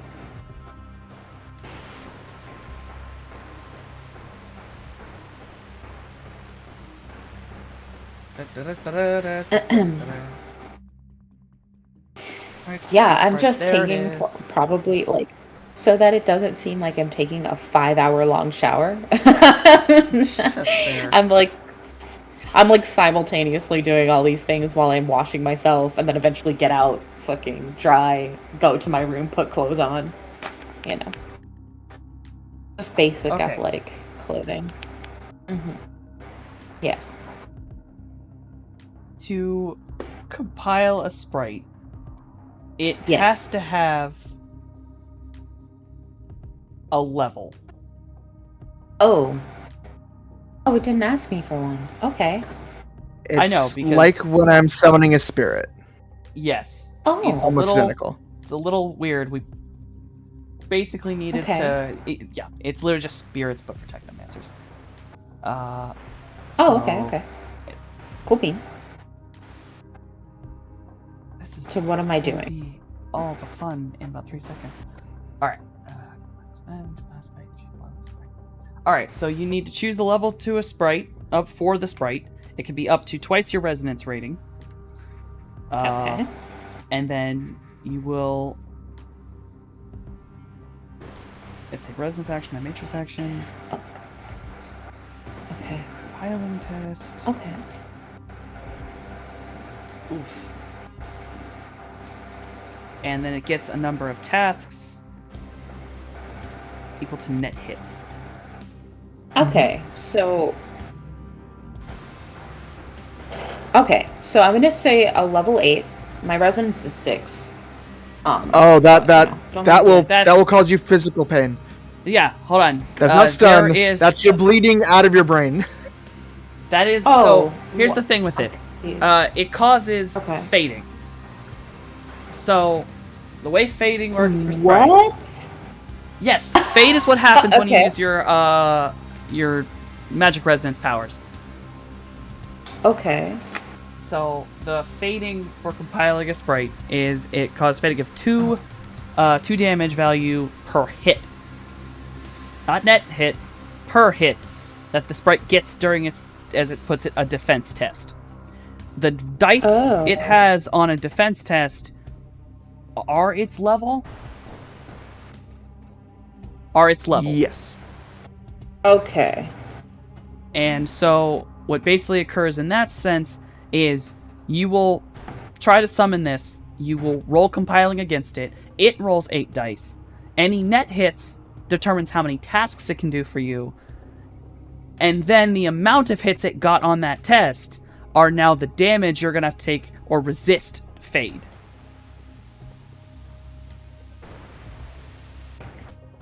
Jesus Christ. Yeah, all I right. give you magic.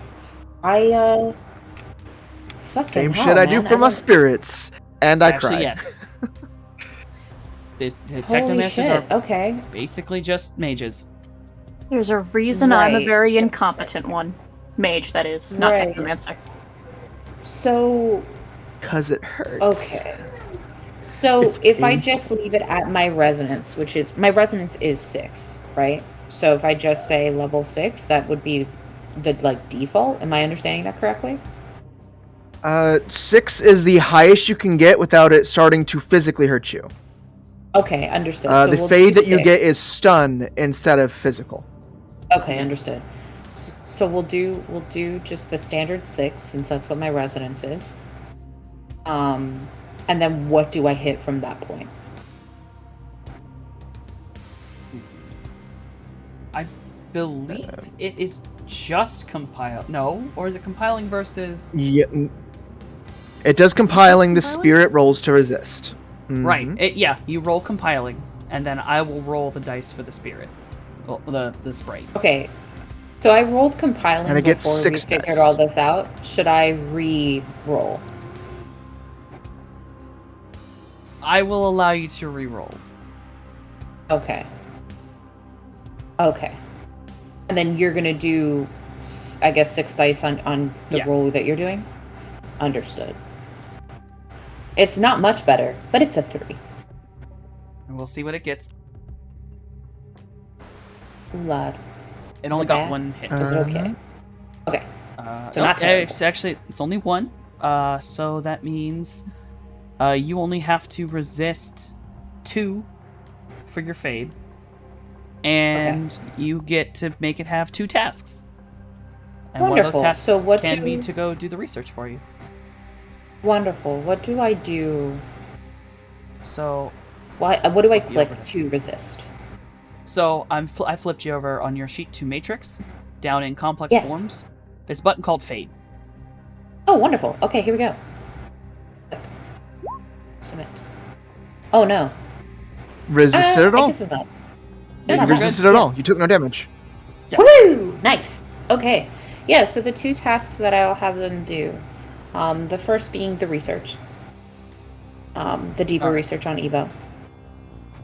And then the other bit I'll have them do is to find out. I want to choose this carefully. With this event, would I be able to, like, would I have seen on surface level if it's going to have, like, a catering company come in? No, that would actually be up to something you kind of get in there. Oh, okay, understood. Okay, well, yeah, so I'll have the second task be to find out what the itinerary is for this event. Like, you know how there's, in these kind of events, there's, like, a happy hour. There is the time when they have, like, a speaker come up, when they do the grand opening, like, things like that. So that'll be the secondary thing, to find out what the itinerary is for that event.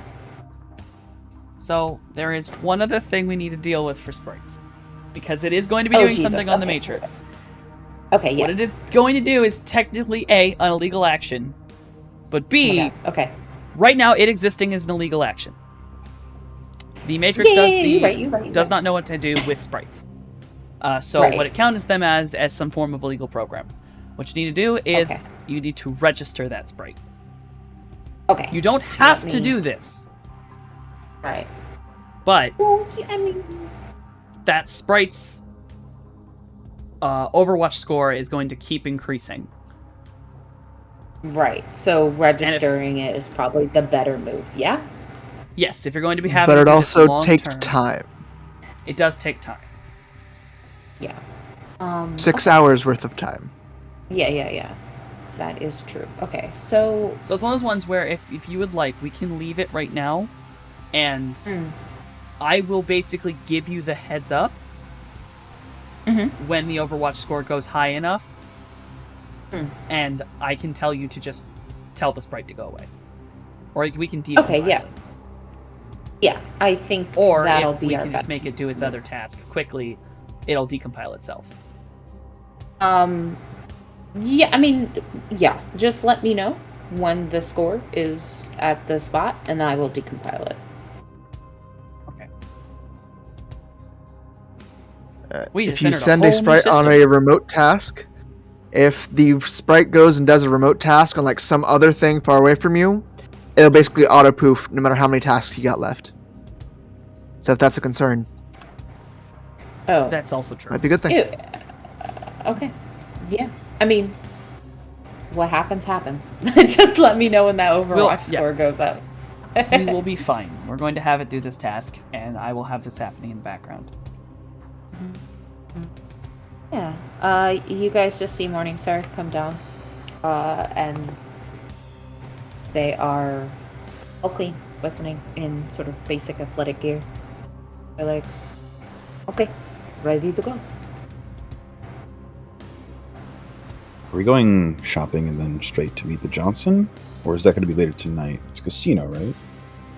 The casino Yeah, is we'll be close to probably casino. shortly after sunset. When was the... Or at least I think that's usually how this goes. When was the storm supposed to roll in? The storm was not going to roll in till probably after curfew, so well after midnight. Okay. Then, alright. Meet with the Johnson at sundown. Okay. Around dinner time. A little bit after dinner. All right. I have a suit. Do you guys want me to come with you anyway? Sure. Sure. I would. You can add your input. Yes, I would like what? opinion. Style. Choice? I don't.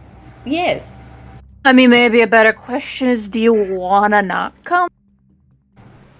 Because we're happy to have you along.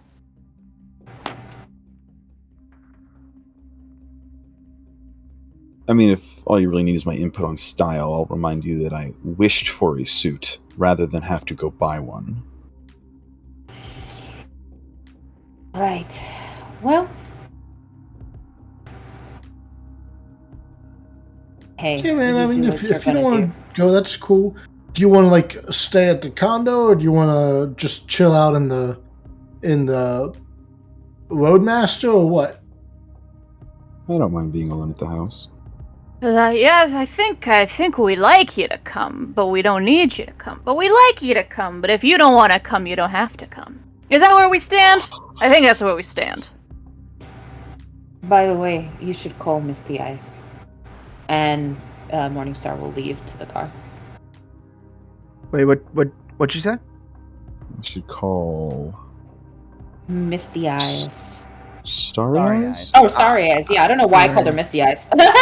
Yeah, Starry Eyes. Same thing, to be honest with you. But yeah, Starry Eyes. That's what. That is what Morningstar says before leaving. Ugh.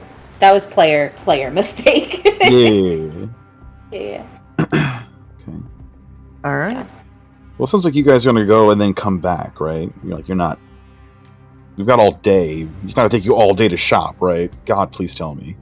I It mean, should. probably not, but also we went to shop yesterday and we ended up in Deep Lacuna, so honestly, who knows? That's true. Yeah, that's fair. Let me grab my coat. I think we'll grab his coat and go with them. All right. So all of you gonna pile into the Roadmaster. Mm-hmm. Absolutely. But I'm Mojave, if you would Salty. like, the receptionist has a new can of Febreze. Sidle up, I'm definitely swiping that. You don't even have to swipe it. This He poor... just picks it up and hands it to you. In fact, I think when he does that, I get one of them out of my bag and trade. He's handing you a lemon. Which one do you want to trade? I am giving him the, I gotta look at my list. I'm giving him fresh linen. Yes. He takes that and he hands off the lemon one. Nod. Carries on without a word. I love this so much, I cannot begin to tell you.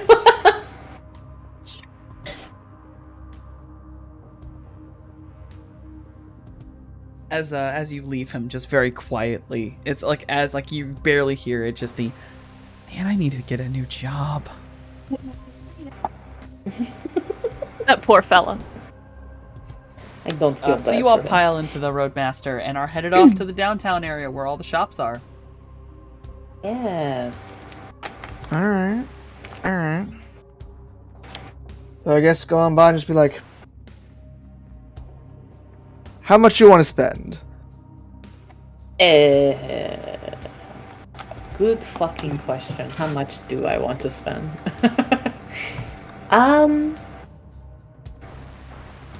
Where are my new yens at? I mean, I'm pretty stacked right now, I guess. Okay. So, I mean, I don't want to spend crazy amount of money, but something nice, something that I can move around in, just in case the job requires me to be a lot more physical. And something And pretty- I don't really armored. know. And we'll just be Well, like, duh, that's obvious, but I meant like I don't want it to look obviously armored. You know? My jacket's got padding in it. and let's be like, well, It's also got you're duct better at tape. finding this kind of stuff than I am, I'm sure.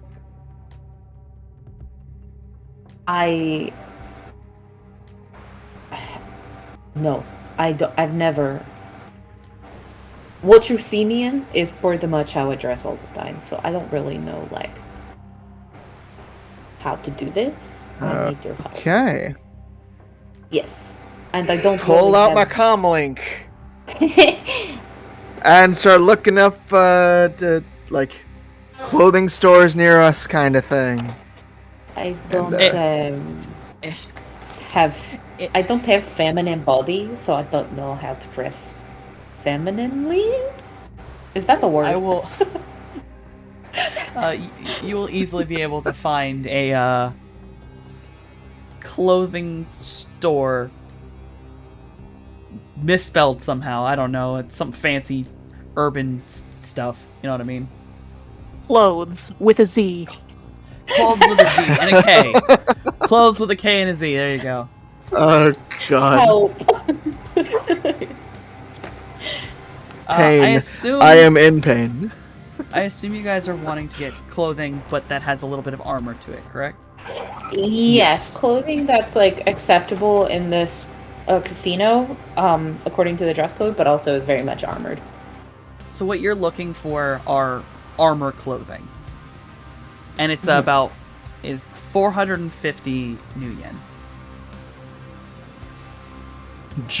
Fantastic. Jay would look for some like armored clothing, but he very much like dresses himself like a like he looks like a corpo now. Like he's dressed in snazzy and stuff, but like his definition of snazzy is like he looks like the like douchey yacht club kid. Would you say that he that looks Jay's like a what he little- actually is? Yeah, he looks he's a little too quick and able to fit himself into that suit. Like he's used to it. He knows exactly. He knows how to tie wear that, it. That ascot. Yeah, like He knows how to wear an second ascot. skin. Yeah. Yeah, like a Hold on, skin. hold on. Is he wearing like the Ares power tie kind of thing, or is he doing like a little bit of a techno vibe with like silver shit? Like what's I think he what's his probably accessories, has. man? Oh, the question is, he probably knows enough not to like Ares brand himself, but at the same time, he definitely thinks like Ares tech's better because his dad helps make it, right? And like that's what he's familiar with. So he might want to like rep an Ares tie. You got that Ares power tie, boys. Does it actually say Ares, or is it like Stop. American flag? Well, no, I American think flag, he's like slightly very- more subtle. I think he's I personally like think because he is a like technically a nepo baby that like he would dress subtly, but it's super fancy and super nice where it's undeniably Aries, but He's got that style, that cultural Yeah. style. yes. Very much. He knows how to look like he blends into that crowd without doing so crass as wear a name tag. Yeah, kind of like he doesn't need to try to blend in, but if he tried to like dress normal, he'd struggle because he does. Okay. Yeah. Like even his street clothes were too nice. Yeah. This is fair. Did we talk about this? Yeah, we we did did. talk about this. So swapping out the American flag tie with just like what? A lynx, just a big lynx cannon. It's actually this very lovely it's a very lovely almost deep blue color, but if you were to look very There we closely go. you'll notice that it has the a very subtle Ares logo that is a pattern on it, which is, if you all may not know, but the Ares logo is actually a Spartan helmet. It's basically a Trojan symbol. It's a Trojan logo. Except red, white, and blue plumes instead of just gold. Yeah, could I have like a Spartan helmet, like buttons or cufflinks or something? And then on the tie, yes. Can I get like a little? Cufflinks. If I can change what's on the tie, maybe I'll do a little Madoi. What the fuck? Like just like a snap photo. Hold on, are you gonna get chameleon clothing? Because that's what that is. That's what you just told me. You know what? I already got it. Okay, I already have a chameleon color. Why not get chameleon clothing? Sure. Why not? How expensive is that software? It's not chameleon suit. It's an add-on to clothes, but I don't remember what it's called. Hold on. I'll find it. It's in I here. guess the more important question, does it like boost AR and like project into AR space? You look at Jay in AR, and it's just a flashing Ares ad. It's subtle and restrained in the meat space, but in AR, just no subtlety, just 100%. Accidentally screaming for help. Yeah, totally. Like I think Jay's like familiar with tech and the AR stuff, but like he doesn't spend a lot of like time surfing cyberspace. He's more in the meat world, right? So yeah, why not? Does not realize how loud he's being. Well, maybe when he is in AR, he just likes showing off. Yeah, I imagine that it's like it's still very classy in the sense of like because he grew up with money, right? And what classy looks like. I say classy in quotations. I imagine Jay is very much he comes from old money, right? And so even though it's very loud in AR, it's still with that sleek, classy design. It's still very like, I'm made of money. I'm made of the sort of money where I don't have to show off how much money I have, says Jason. Where the only super bright thing in AR is that instead of being like faded into the tie, it is boosted and bright like a goddamn beacon. But it's like a fucking it's right over spotlight. Yeah, and I think like Morningstar will probably giggle, a little bit like. He has like a classy, solid collar, like jacket or something. But when you get close to it, you see it's like embossed and patterned, but it's like the same collar. Yes, it's very much. I'm getting the vibe of like black on black tailored suit.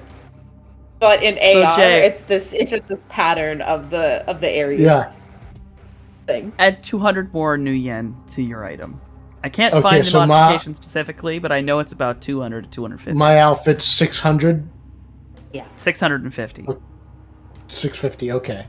Everyone else is currently, unless they're gonna do something like that, is gonna be 450. No, I think. Well, everyone else is buying one. Yeah, I think that Morningstar is looking like at dresses because she has to accommodate for her tail and not wanting her tail to be very obvious. And normally she like even now she's wearing a hoodie that's like large enough to hide the fact that she just has this large tail that's wrapped around her waist, and you wouldn't be able to tell that she has a tail, but because she'll be wearing a dress, she's got to find one that can accommodate her very large tail. All right. Yeah, and I think she's So she's kind of... I have a question for a certain scales. What are the primary colors of your scales? Like they can shift, but what's the primary color? Technically black. When she's neutral, they just look like black scales. They sort of fade into that melanated scalage that she has. So like you'll see her skin that's not scaled is a tan, but they just slowly fade into those dark scales, and then whenever she feels heightened emotion is when you'll see the rainbow shimmer kind of go through them. As far as I was Normally, I'd suggest a black dress. With that, I'd actually suggest a white sundress kind of thing, billowy and everything. Okay. I feel like gold would also look lovely. Gold would also work. Okay, so yeah, I Gold think would that be more likely to match your eyes, but So But, like, for the white audience, with this is the sequins shopping kinda thing? episode. Yeah, It is the clearly. shopping episode. Yeah, no, so I think that Morningstar is perusing through and looking through these dresses and like holding them up, clearly not knowing what the fuck she's doing, and like will hold it up to her body in front of, like looking down at herself and being like, too short, and like trying to find the dress that is right. And then eventually she will find one that is white, will have like lace sleeves, white lace sleeves. And then the solid dress itself that has like a plunging V neckline, and then is more kind of like in the way that sundresses are, flouncy for the bottom part, and then there will just be this like shimmering gold material that is over the skirts part. So every time she moves, the gold hits the light type of thing. And so she'll like run into a dressing room, try it on, and then peek her head out at the group and say, "So, what do you think?" And she'll step out and do a little spin. And it's a good one. That's a good one. I feel like while all this is happening, Mojave and T are both standing there in the background with very much like the same kind of energy, because T already has his suit and Mojave does not see the point in buying nice clothes when everything he wears ends up covered in somebody's blood. Yeah, he's definitely on his phone in like the place where you sit between the changing rooms. Just, yeah, it's a dress. Gonna. So, get Mojave, her are in? you not going to buy clothes? He's got an armor jacket. He's fine. You will not be allowed to wear that in. And so this is effectively the same conversation that Cloudy will have with Mojave. It's like, all right, come on, you can't wear that. You can't wear that. Resigned sigh follows Cloudy.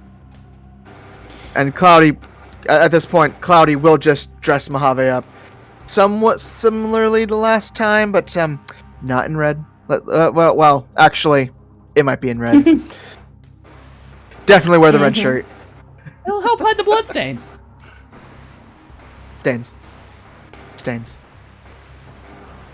Yeah, I think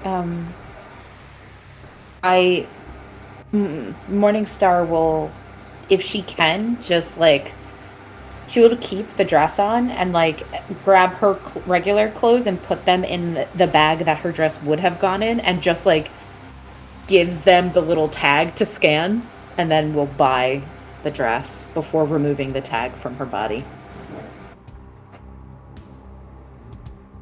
Fair enough.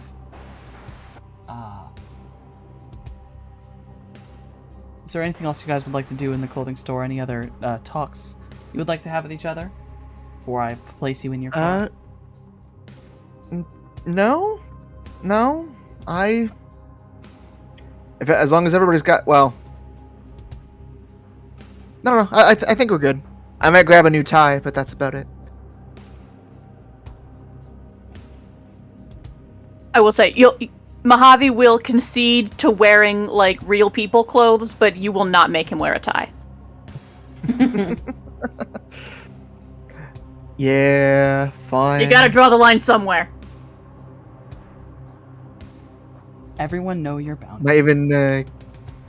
Might even get him into a little sports jacket. Mojave, we could get you like an ascot or something like that. You know what? I think I'm okay. It could be like a desert rose, you know? I'm not even sure what an ascot is, so I don't think I need one. A a desert rose, though. Very fancy. I'm dying, no, I'm fucking dying. You know what? While he's off picking the tie, he will try and find the closest thing to a desert rose ascot amongst the store, and just be like, try and like squeak it on. Just be like, come on. No tie. No, It's like nothing tied leaning around your away, neck, I like, what get on it. earth are you trying to put on me? And doing my best to not show you until it's finished. Then do you look away from the mirror? Look, I love it. and then turn you around. Ascot is a little ascot sort of. over the under the jacket. Yeah, it's like sort of like a tie, right? It's like not really a tie. It's like tie adjacent, right? It's tie adjacent, yeah. Yeah. It's not fully a tie. I think as soon as Morningstar sees the completed Mojave, she's just like, "Wow, Mojave, you clean up very nice."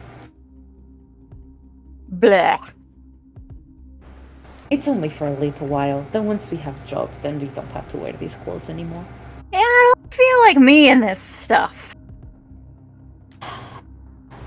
I understand. But, well, just to meet the person, and it don't need to be us, right? Yeah, I We know. just need to look the part. I You can do put look on my nice. people face. And she'll give him like a little hip check. Oh. He will visibly like put on his people face, drag his hand down his face, and seem to sober up. Well, there is I just saw a very gorgeous red ascot tie that would fit right underneath it, and I'm getting it immediately. I found it IRL, and I love it. So, anywho, I'm a ruby thorn Inspired by the hummingbird, damn it. shopping I'm episode. doing it. This is adorable. Amazing. Yeah, I Anywho. think after we're all dressed and have paid our things, we head back to the car for sure. And as Is T you all is head T back- in his suit? Oh, I'm just curious. Did T get in his suit? T already has it. Oh, I that's what I'm think- asking. Is if he I think put T it left on. it back at the condo. Oh, Yeah, he was gotcha, expecting gotcha. to go back. Okay, understood.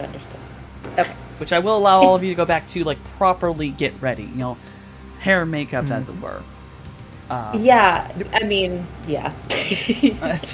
Well, scales and makeup, as it were. Right.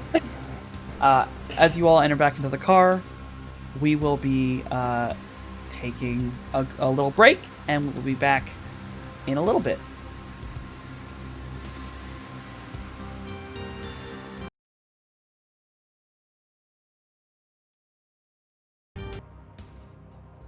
Oh, actually, hold on. All right. There we go.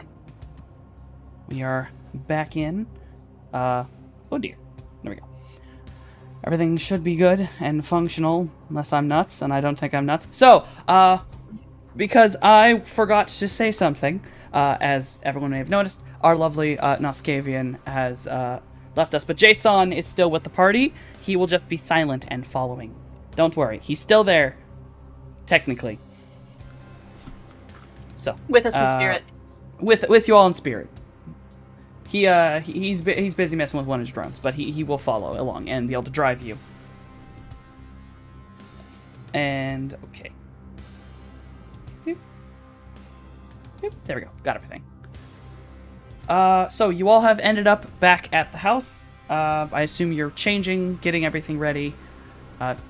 Thank you, Shiv, for getting Noskavian stuff and the love for Noskavian's chair. Anything you guys want to do specifically or have any conversations before you get up and leave for Casino Eclipse?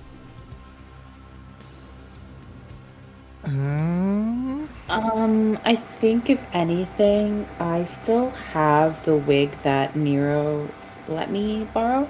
And so she just does the whole process of putting that on to hide her scales as best she can. She doesn't want to be extremely obvious. It's why she wore sleeves on a dress. To sort of try to hide herself as best as she can.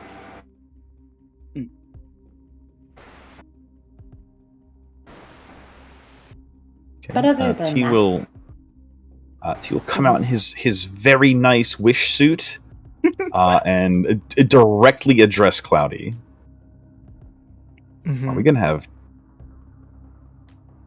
problems with sins going into that place as well? More than likely.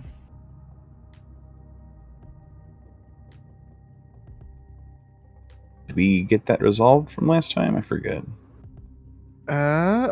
Yes. we did. Jace. Because 404, Yes. 404 was our hookup for that. We fixed that. Yeah. Okay. Mhm. All right. Never mind. Okay. Great.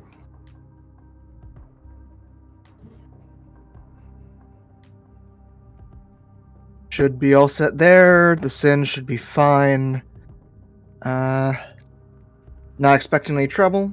Usually aren't any of these kinds of meets, but One can only hope. yes, for a milk run, sometimes the Johnsons can be pretty green too. So if they freak out, and maybe, Oh my god. but unlikely. Okay.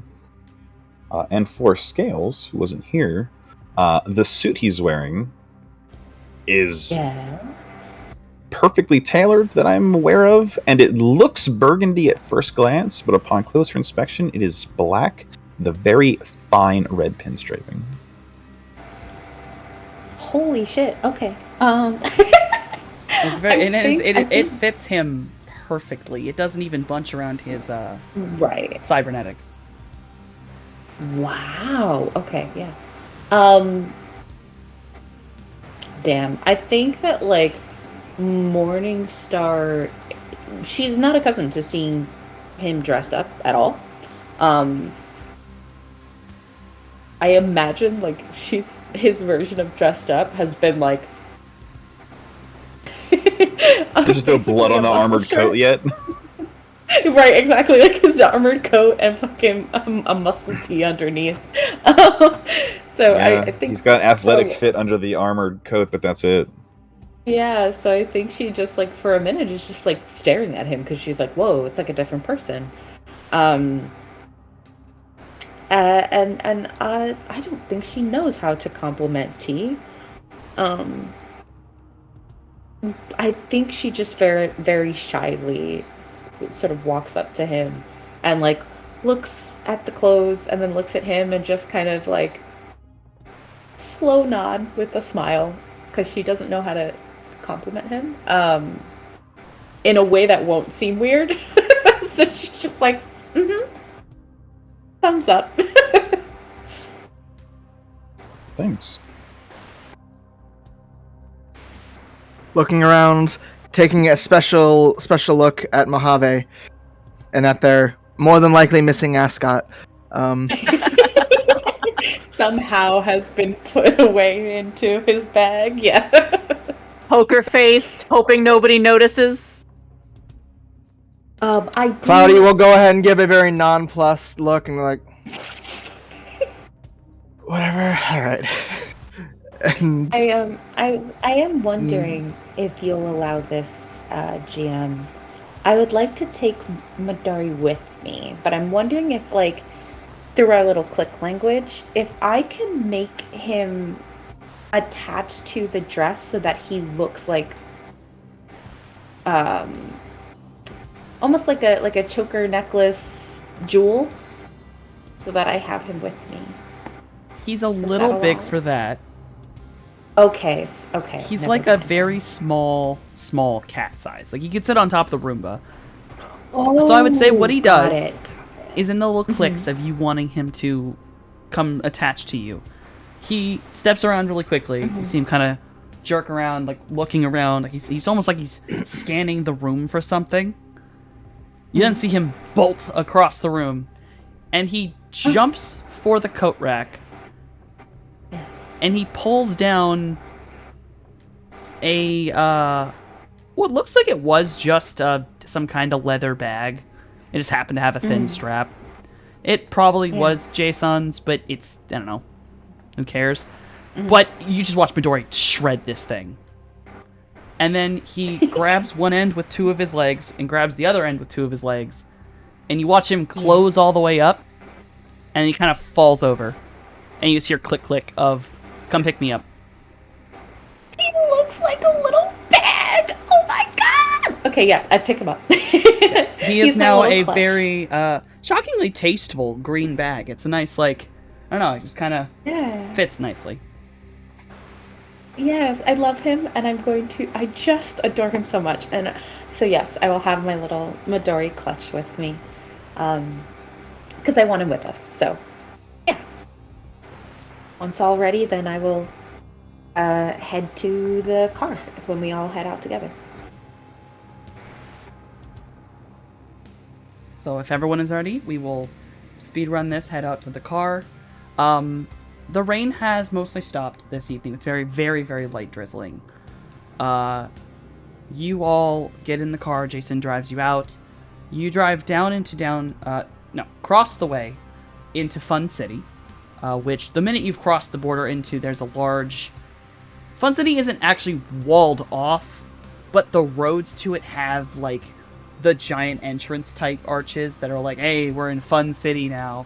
And you can tell there's a lot more lights here than there are other places in the city, other than maybe Hollywood. You come into this area, there's clubs and casinos and people on the street shouting and dancing, having a good time. Even in the light rain, people are still out here getting wasted. Eventually, you come to an area of Fun City that has, from at least one end of an entire avenue, all the way down this strip of businesses, which is all casinos and such. Very Vegas-like. It's all roofed. It's just got a glass roof over top of it. All lit up wow. and shiny. And it goes all the way down and has another one that goes sort of like at a... and there's like a center point, and it like goes the other way. So it's all roofed in, so there's no rain here. And you park near Casino Eclipse, and you are confronted with a very large building, very wide open on the front. Like, it has this big circular disc-like signage with a large display that's like, have you ever seen a casino's display? So it's like, got cards and ads and come here and this, and it's like cigar ads and booze and things like that. Up front, there are no less than 6 doormen covering 3 separate entrances that are all just lined up next to each other, the middle being a revolving door. They're not stopping anybody, but they are scanning, like, around the area, like, looking at people. One dude is stopped, and you can tell this man is not dressed the best, and does appear to be a little bit drunk, and the bouncer basically just stops him, turns him around, and pushes him away. Just pushes him back down the road, going, no, thank you. But other than that, yes, you are confronted by this and the 3 bouncers. Or 6 bouncers. 3 doors. Fantastic.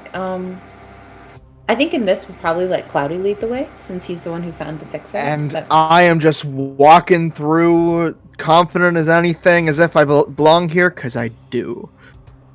Just follow his lead. Mojave is swallowing the shadows of Vegas that echo in his mind and following right along. Playing sober, playing normal. Got his people face on.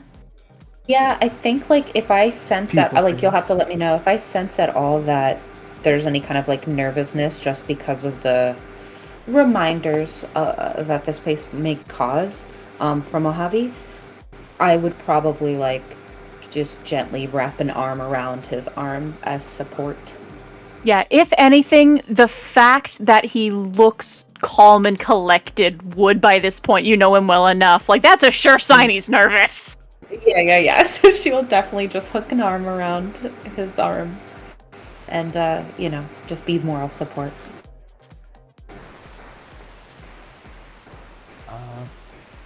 Easy enough. You are all allowed in.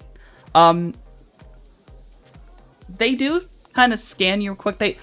They look at T, and they kind of look at him really quizzically for a moment. But, like, looking at his suit, they don't really stop him. They do look at Midori. They look at the bag. Like, one of the guys really looks at the bag, kind of confused. But he just sort of, like, shakes his head and just kind of ignores you as you walk in. As you enter in, you can hear dice being rolled and people yelling and screaming, and there's every kind of booping beeping noise from every slot machine you can imagine. It's the kind of loud that's just this overwhelming din of just every noise at once.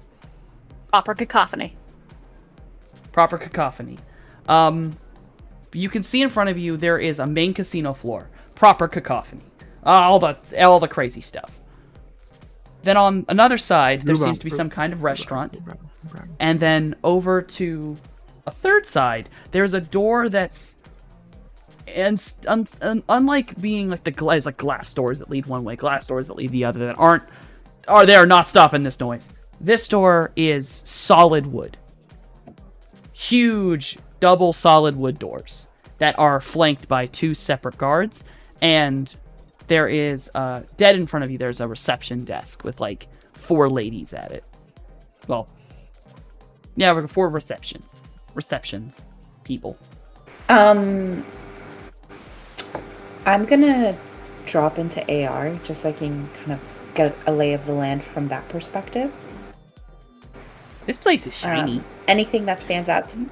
Yeah, just super shiny. Okay, cool. Nice. Yeah, there's nothing yeah. here that's other than a club. Pretty above board, okay. actually. Cool. All right. Yeah, so I just keep that vision out, but like I think I don't I very much just follow Cloudy's lead on this.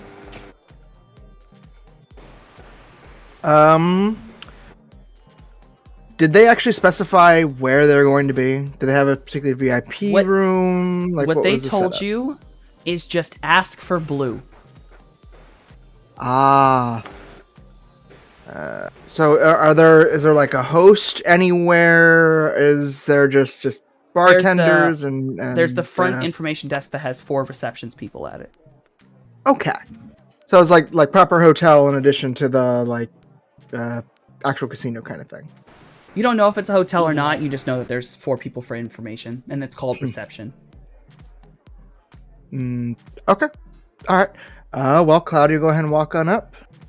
Are all of them free? Is there a line? Like how busy?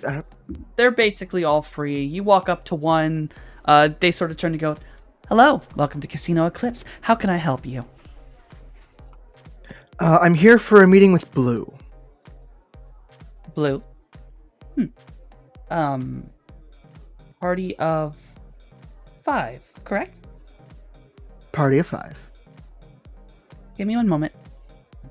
And she goes like to a computer and starts tapping upon it. Yes.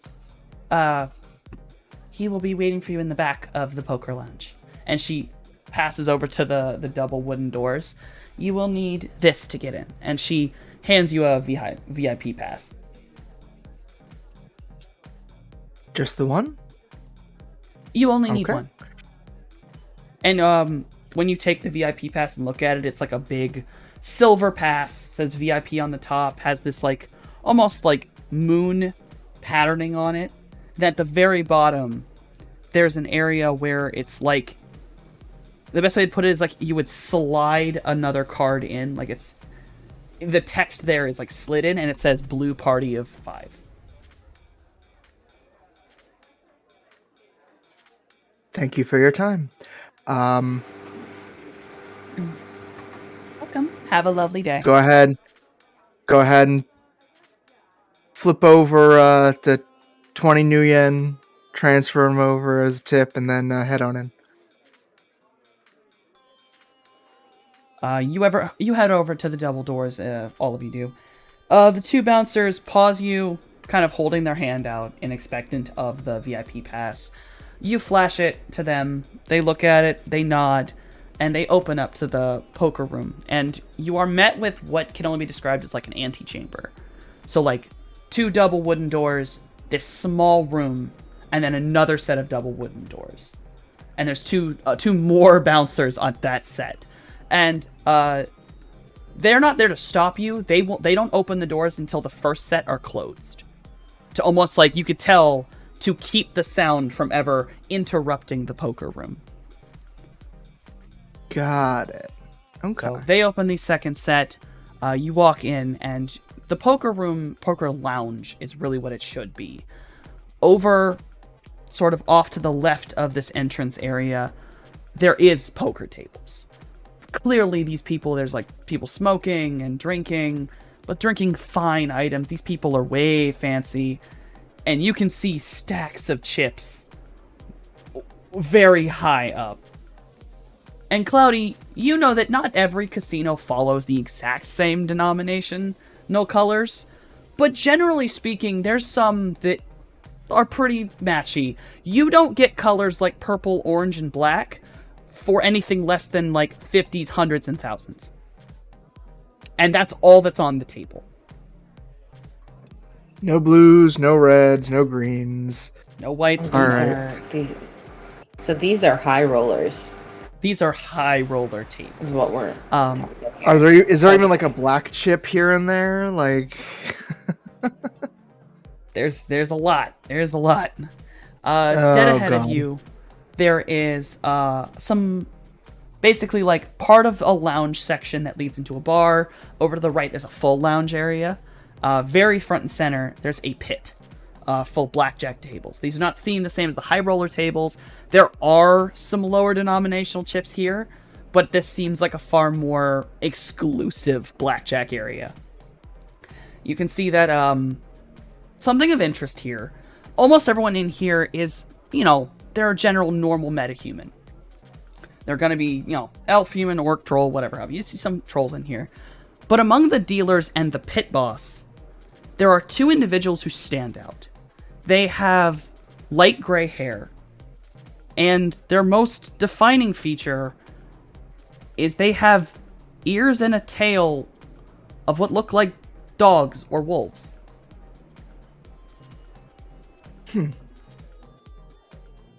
Okay. Huh. And there are two of them. They look very similar to each other. One is a woman, one is a man. The pit boss appears to be a very tall woman. Nice, like, broad shoulders in a purple suit. The man is in a gold vest. All the other dealers are pretty normal. These are the two that just sort of kind of stand out. But as you enter in, a waitress immediately, once you've collected yourself, she rushes over and goes, "May I see your VIP pass?" Flash it over to her. Does she take it? Or like... She takes it, looks at it, nods, and then she pops it open and slides the white, like, now you see it's a white card that has it on there.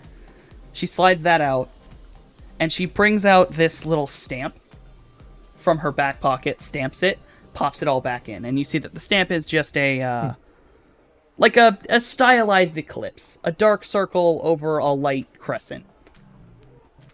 And she hands it back to you going, "Welcome to Casino Eclipse. Your table will be over there." And she kind of points back into the lounge area.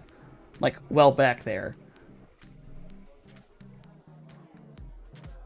I go ahead, stride on forward, and was it a booth? Is it, There are plenty of tables here and booths here, but only one of them is very clearly occupied. By a gentleman who is... You've never seen him before, but Cloudy, something about him is familiar. Can you roll me memory? Alrighty. Oh shit, memory? It's been a minute. In memory, a 1. You've never seen this man before. So, you walk up. He is a tall, lanky man with very long, white hair that is sort of parted to one side and falls down to his chest. His most noticeable feature is he is wearing what looks like a teal and green silk shirt, but the entire front is open. All of his chest, his stomach are visible. and you can see a massive tattoo across his very tan skin. It is of what appears to be a very beautiful depiction of Aquarius.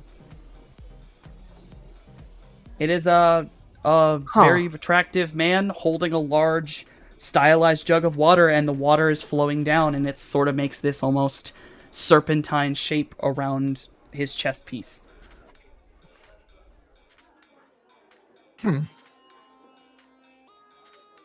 I am going to, if you'll allow me, as I stare at this guy, sort of zero in on the tattoos and whatnot, and I'm going to be searching the web for any information about a man with this Aquarius tattoo.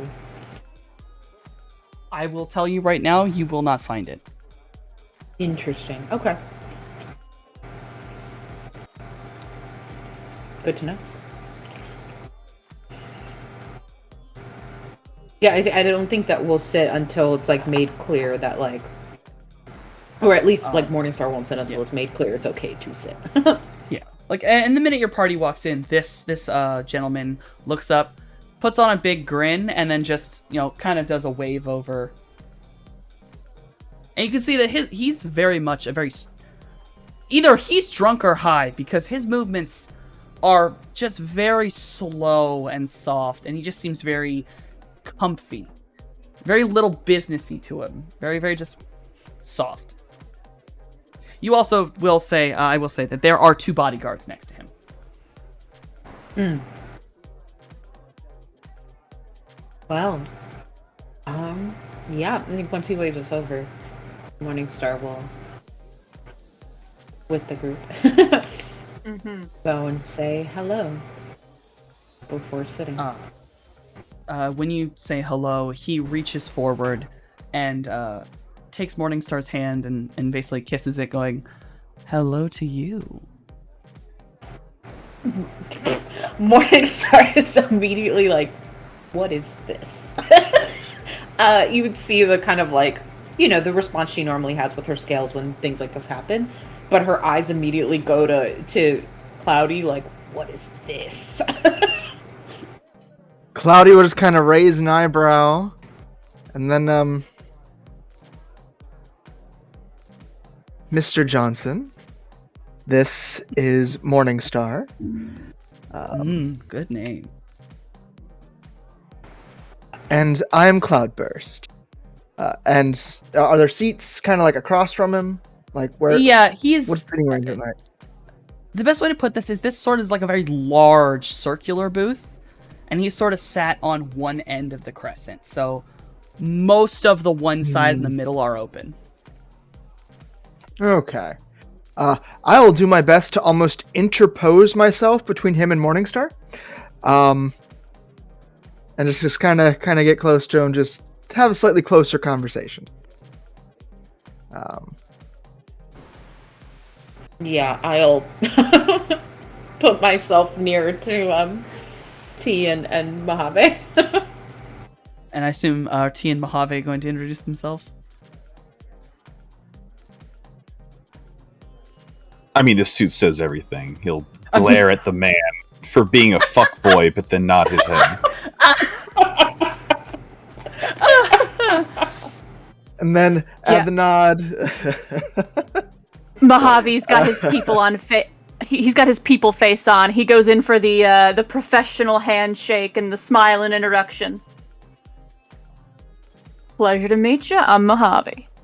Mojave, he does the exact same maneuver he did on Morningstar to you. There's a reason I didn't go in to shake his hand. There's a reason I didn't go in to shake his hand. And why just immediately sat down. The ride over could have helped us know not to do this. Amazing. Oh, no. Like, the moment he started doing it with one hand, I'm kind of like, I'm not touching that. I'm not touching that thing. I'm not putting myself at that risk. I'm just sitting down and talking.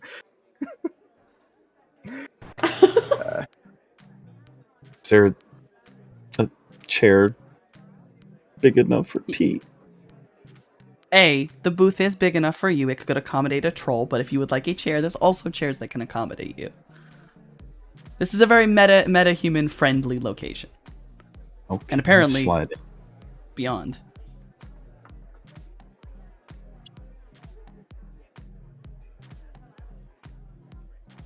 Well, you all slide up. We'll say that Jason also does his hellos. I'm not going to try to pull a Jason, but we're going to say he does his normal adorable He's here, don't worry about golden it. retriever routine. That man gets his hands kissed too. You know it. Oh, yeah, absolutely. At least 2 of them. Wait till this man finds out he has 4 hands. Hey. Into the booth we go. Yeah. Mr. Johnson leans back and goes, "All right. I've messed with you enough. I'm glad that you're here to take my job. So, I guess now that I've seen everybody, I'll just get into it. It's not a difficult job at all. It's simply collecting a piece of stolen equipment from me. A series of shipments were intercepted by a few rather frustrating groups. One of the shipments had a very important item in there. I couldn't care less about the others. I simply want that item. I'm not entirely sure where they've put it, but I know who took everything.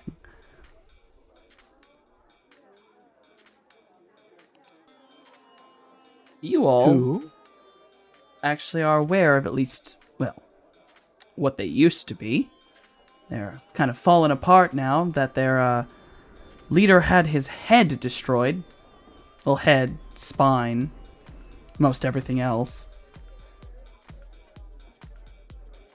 Cloudy will do his best to keep a straight face. Morningstar is using AR as like a way to not have to look this man in the face. Yeah, Mojave, he's got his people face on. He's just vibing. His smile is unwavering. Oh, that one gang leader, right? Thought I saw a chart about that somewhere. Yes. One of my people saw it. It was, a lot. But, yes. Doing He everything may in be my dead. power to not glance over at T. Do not glance over at T. The Mr. Johnson actually does glance at T, like, as he's talking about this. Either way, Him. I could not care less about Augie. In fact, I'm happy he's dead. He was a filthy piece of shit. But his boys did steal my items. And that's unfortunate. I don't know exactly where they've all scattered off to. This probably would have been a bit easier if they were still collected, but I think they got spooked when their leader was gone. Some have joined one group, some have joined another. So, your job is just go find my package and bring it to me. Sounds easy, doesn't it? Do you have a less known location of your items? Perhaps a starting point for us. He reaches over, like his hand, like almost like across his face and like up towards his bodyguard. Bodyguard pulls out this tablet from behind him, passes it to the Mr. Johnson. He just sort of slides it over to Morningstar.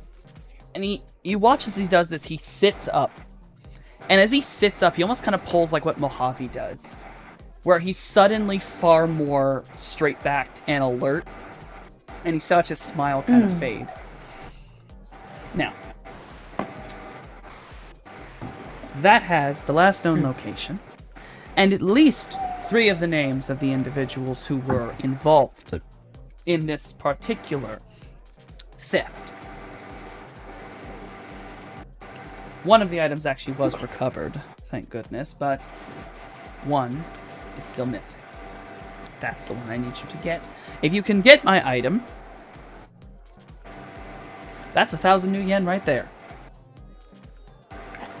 If you get it back to me without it breaking, double. And I'm willing to pay for any damages that you all incur upon this. I am aware I'm asking you to go after some gang members. So I'm more than happy to pay medical expenses if you all get damaged. Please Is glance up the- at him. How Go ahead. kind. Go ahead. Cloudy would lean forward and just be like, "Is the item in particular on a need-to-know basis, or would you be willing to divulge that information to make it easier?" The object you're looking for, if it's not still in its crate, it looks like a silver case. If it's open, it's going to look like it has some form of tube inside. It'll be cooled.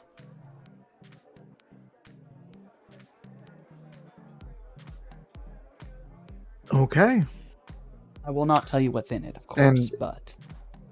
And if it's anything beyond that, it's damaged beyond repair, I presume? Yes. If that thing goes completely open and stays outside of its cooling for too long, it's ruined. And if it's ruined completely... Understood. It's ruined completely. Forfeit of all payment.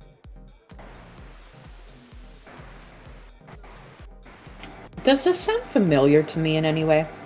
It does, like, the description of that case sounds a lot like the case you got from Jasper's Cove. It certainly does.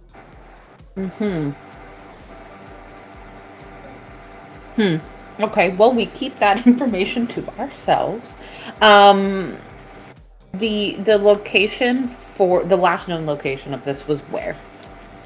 The last known I'm like location... looking at this tablet.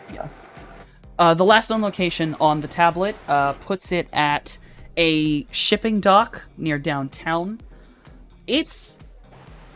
The best way to put it is, like, it's not near Jasper's Cove, but, like, if you stole something by boat and, like, tried to run towards Covina, you'd probably run into Jasper's Cove. But the last known so it's location near is there. a boat. Okay. Yeah, boat there. And the individuals that pop up, one of the individuals is familiar to you, Morningstar. The night of Augie's death, there was a female orc that you had interacted with. Yeah. She is on the list of one of the individuals. And you can see that, like, it has her picture, like, they found her mugshot, but it also shows the photo they got was, like, seemingly a security photo from the marina. And it's her and two other dudes sneaking on there. Okay. Okay. All right. When was this? Amazing. When was this taken? When was this case taken? This case was stolen about 2 weeks ago. And how long can it remain outside of its containment before it's irreparably damaged? I would hope they're charging it, but if it's uncharged, unplugged, and open, maybe a couple hours. If it's unplugged, but still closed and on, it could last a couple days. I'm fairly certain they'll want to sell it, so they're probably charging the box. I know one of them has already been found, which is actually why I'm kind of glad I got you all. Possibly not you, Cloudy. I didn't realize you were hanging with these people, but you all, I believe, were the ones to get my other container.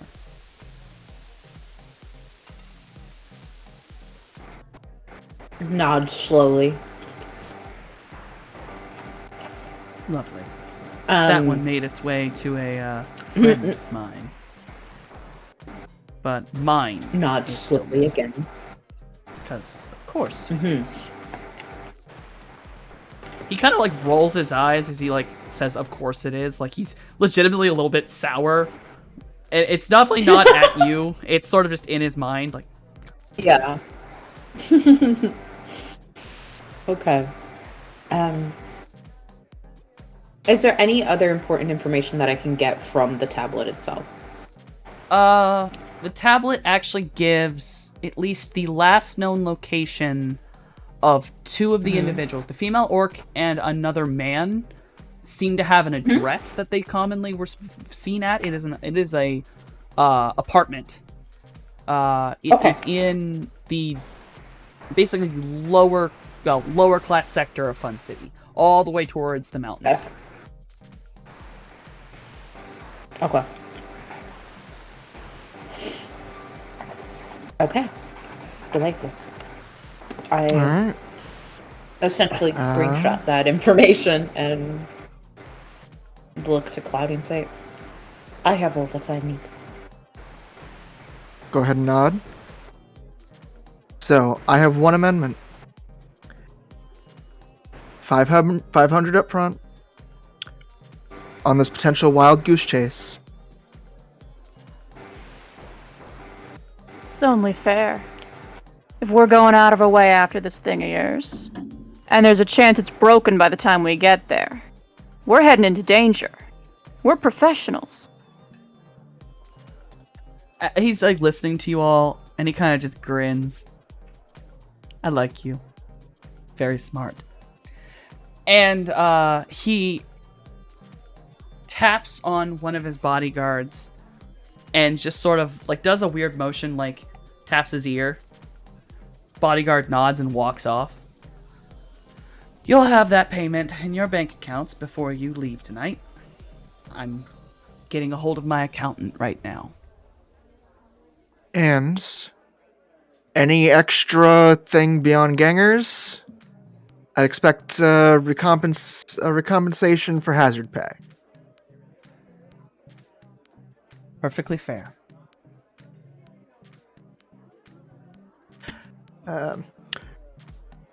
Would you like me to roll negotiation for that hazard pay before or after? Gosh.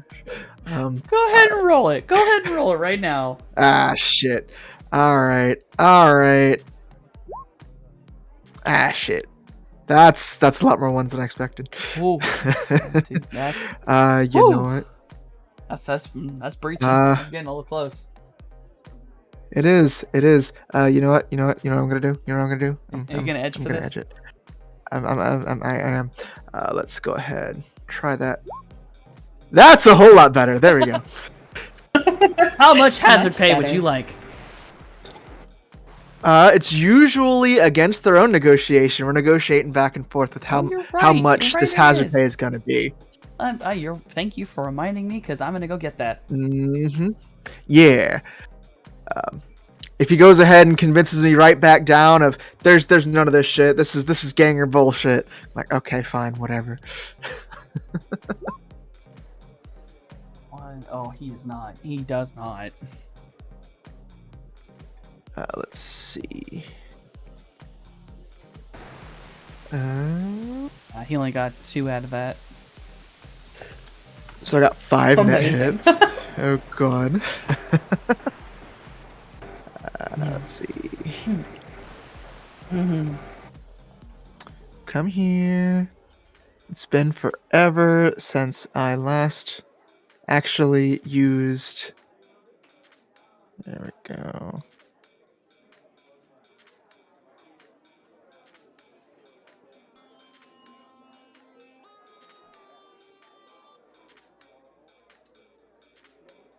Where does it not have negotiation on this list? Am I about to be upset? Okay, there it is.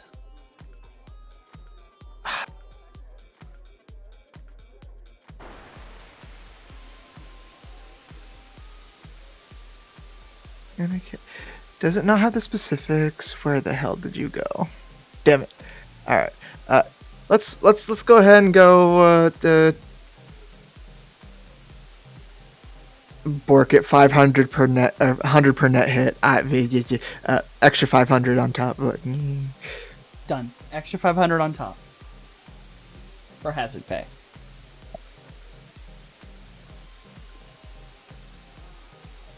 In addition to the medical bills you already previously offered. Thank you for your time. Perfectly glad that this went so well, honestly. What are we looking at?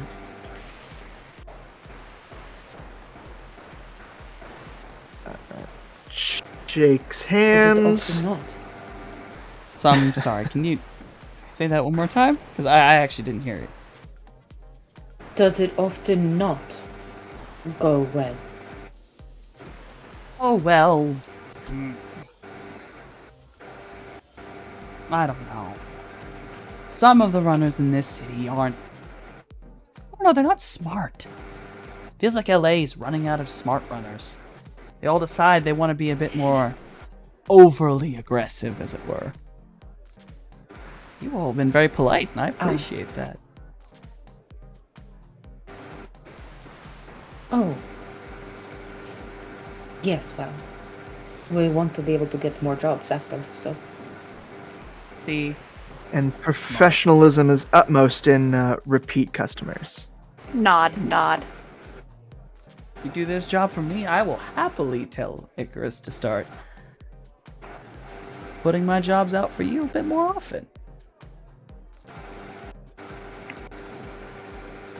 But we'll see what happens at the end of all this. You're welcome. Morningstar will give a smile and then stand up and get ready to go. Morningstar, you'll notice that as you're getting up, this man smiles at you. And I'll let you recognize, and I'll let anyone else who's looking at his face recognize, this is an odd smile. It's something. It's like he knows you. I don't He's like happy that to at see all. you. I like that even less. Oh no, I don't like this. I don't like this at all. Goddamn. Okay. What do I do? It's specifically at me, Yes. or just it's like our group specifically that at he's you. happy to see. No, it's you. Oh God. Oh, I hate it. Okay.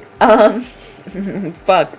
I don't know, dude. What do I roll to figure out if I know his face or anything? I'm not going to lie to you. I'm going to give this honest. You will not be able to recognize his face. Okay. There's nothing I can give you to roll. Okay. Best you Oh, got I is he knows hate you, it. but you don't know him. Oh gosh. I don't like it at all. I guess dude, I am uncomfortable. I think Morningstar like gets out of the little booth section as if she's going to walk off and then pauses and looks back at him and says, "Do I know you?" He kind of puts his elbow up and like his chin on his hand and just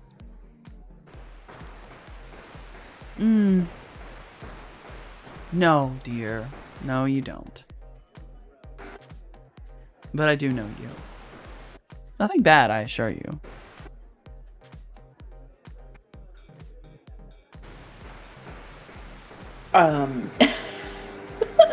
Help. You know what? I about think it. that just there's not many snakes in the city. Shockingly, an uncommon little surge.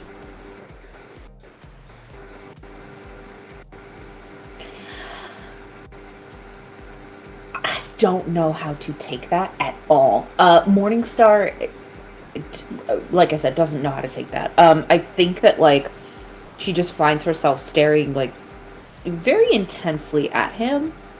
And she is trying to like essentially pick up anything she can from him to try to be like, who are you? I will give that there is no malice in either his tone or his face. Okay. Nothing about him says that this is a he's not trying to be mean or threatening. I'll just give that. He's very clearly warm. Okay. Yes, we are rare. Not unheard of. I will ask you that you don't spread around my existence. Oh, Please. I wouldn't think of it. Thank you. But you should be careful. You spread it around easily yourself, dear.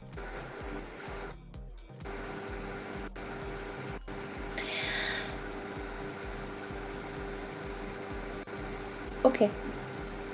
Thank you. There's definitely an expression of like, you're not my fucking dad. Are you sure? Which he might be, but like right now, Morningstar is stubborn. I'm gonna There's definitely like rebellious rage in her eyes, like immediately, like you don't tell me to be careful. I don't know you, stranger. Yeah, I think she says, right, we will get your item for you. Good night. And she will like turn around and just put some distance between her and this guy. Are there any last minute questions you would like to ask them, Mr. Johnson?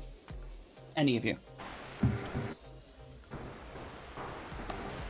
Morningstar is just for everyone's thing. It's just like lingering around poker tables, just to see like how poker's played.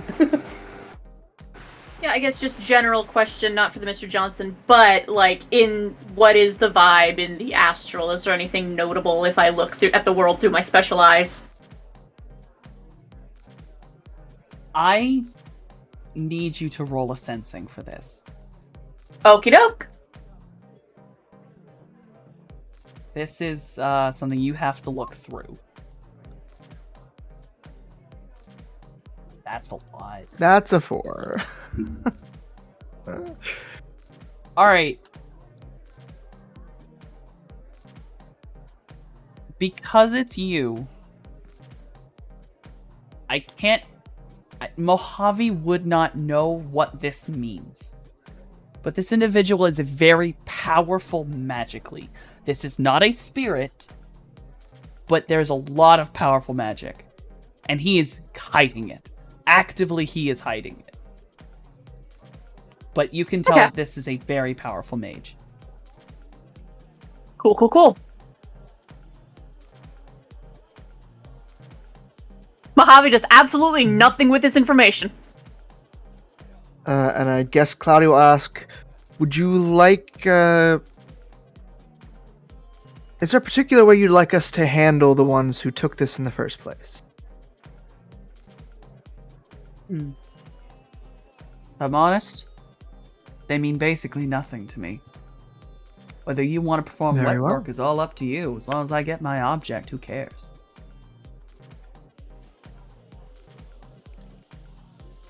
Not quite what I was going for, but okay.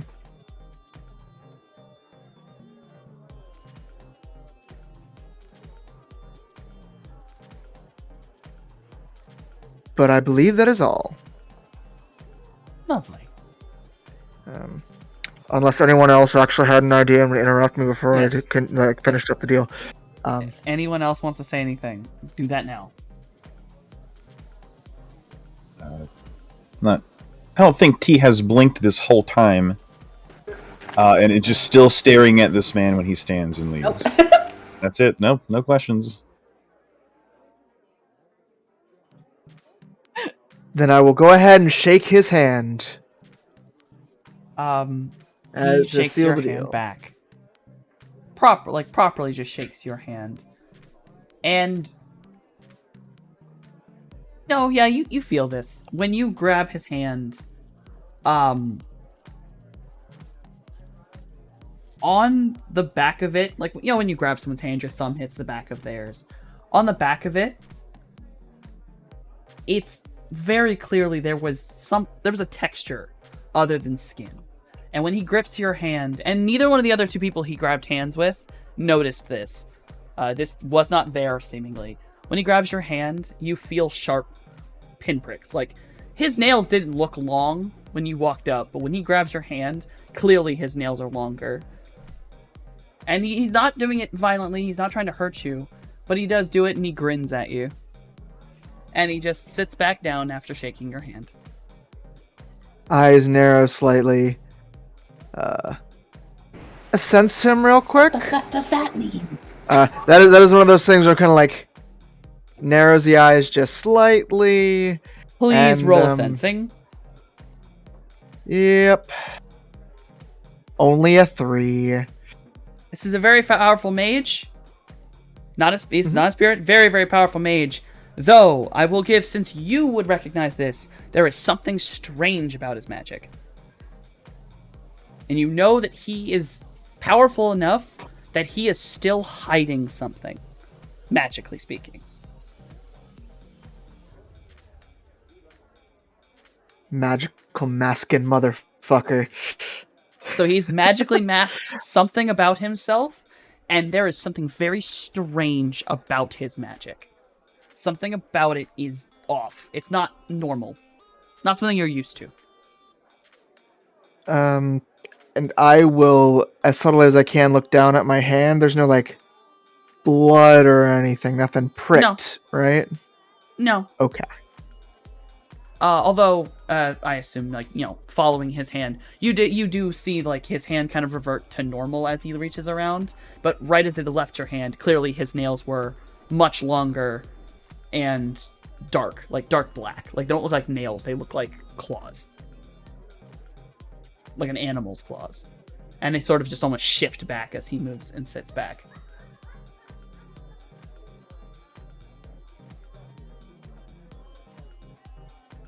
I cannot begin to tell you how much I hate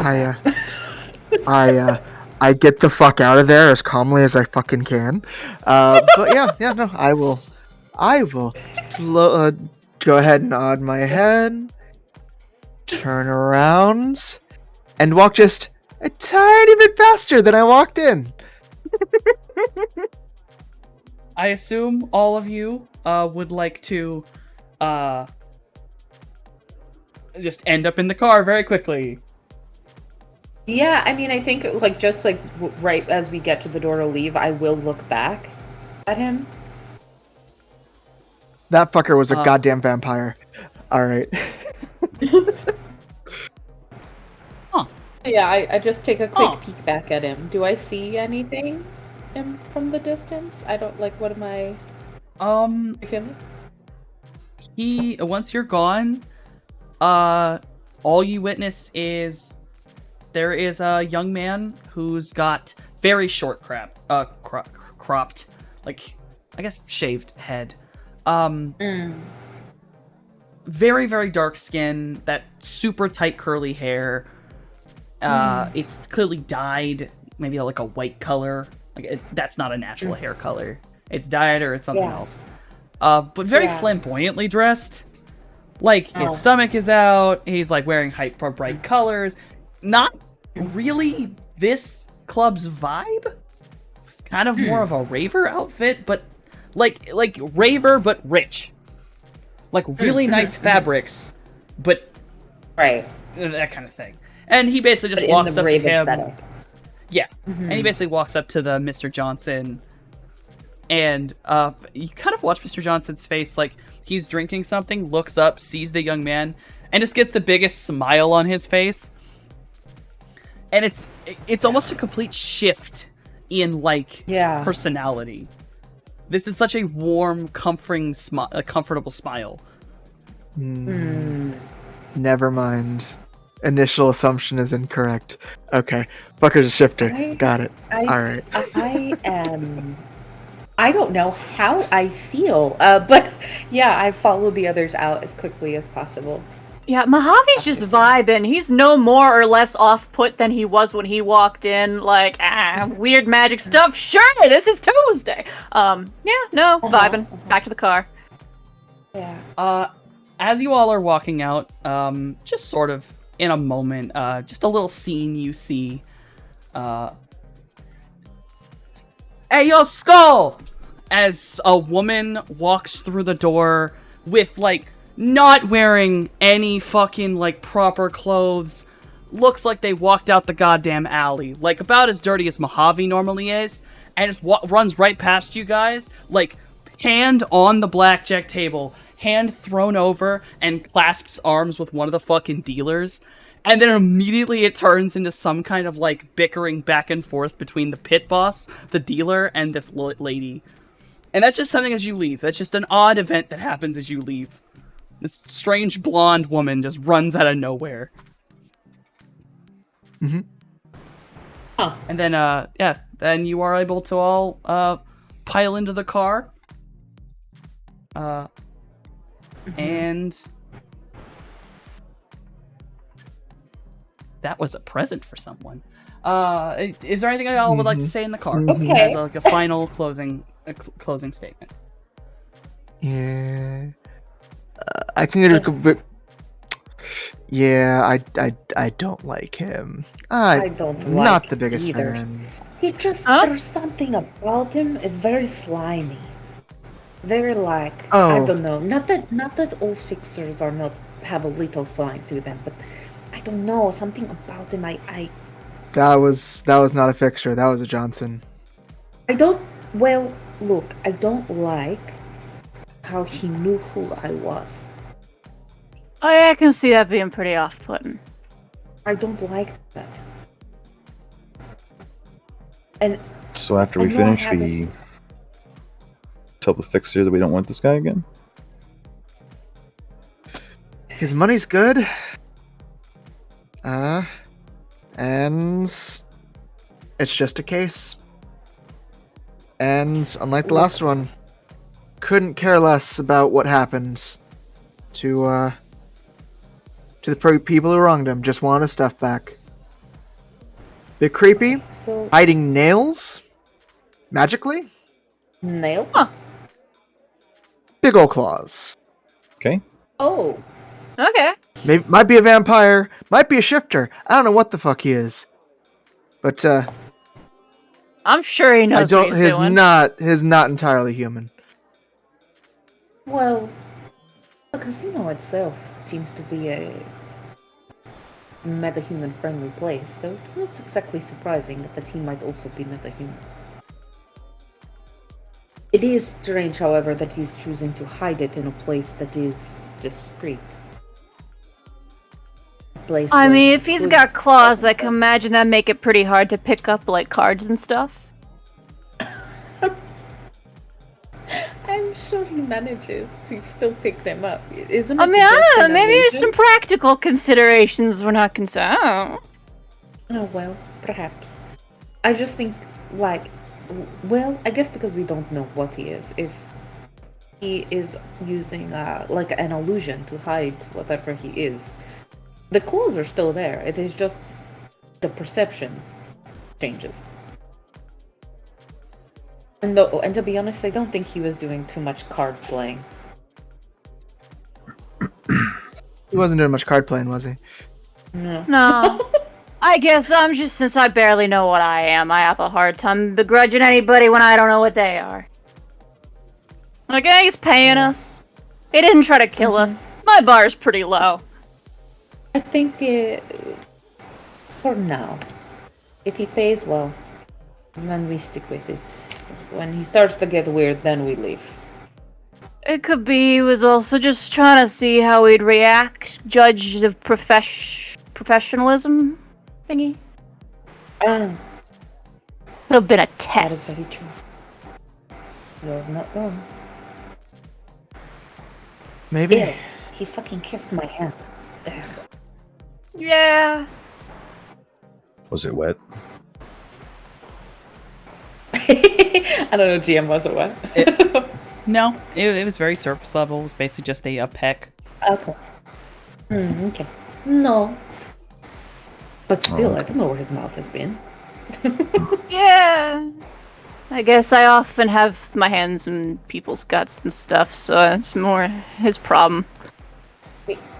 Right, but like you also will wash your hands.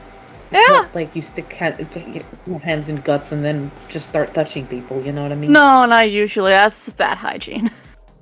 It is, very much so. But he doesn't know that.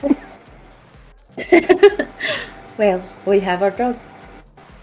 Should be easy enough. We've done this already, and I found out looking at the tablet. You remember Mojave, that orc, the female orc at the rally? Yeah. She stole it with 2 friends of hers. Huh. The location for this is near Jasper's Cove, but also they have a kind of hideout area that seems to be in the lower end of Fun City. So if You we know, don't I'm find the location of the item, we at least know where we could find them. You know, I'm thinking, I wonder if she remembers us first, and then second, if she does, I wonder if that's a good thing. I think we left things very positive, you know? Huh. I can always get a different wig if it's necessary. Lord, that's right, we're wearing a wig. So I was. any last minute closing statements in the car before we call it here? Not from me. Do you still have your marks in any of their cars? Oh wait, you've been to bed since then. Never mind. All your marks have been gone. I have, Right? so they'd be gone by now, yeah. Never mind. Because I did Okay. have marks on people's cars, but I've gone to sleep. Sorry, errant thought. But That's no, it for no. me. Then Other than that, yeah.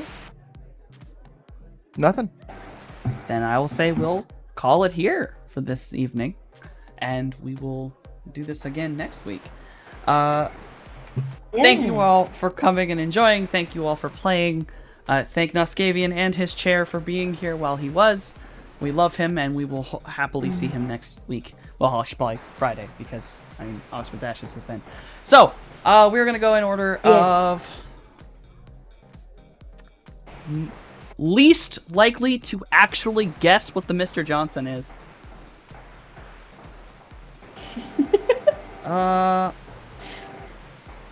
T, who are you and why do you exist? Hey, that's not fair. I guessed accurately that he was a fuckboy. You were wrong. Hi. Oh shit, now remains to be seen. Hi, I'm Slippery Nosferatu. I stream here on Twitch. The middle of the week variety.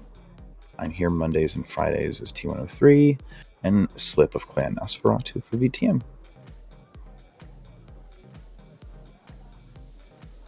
Mojave, who are you and why do you exist?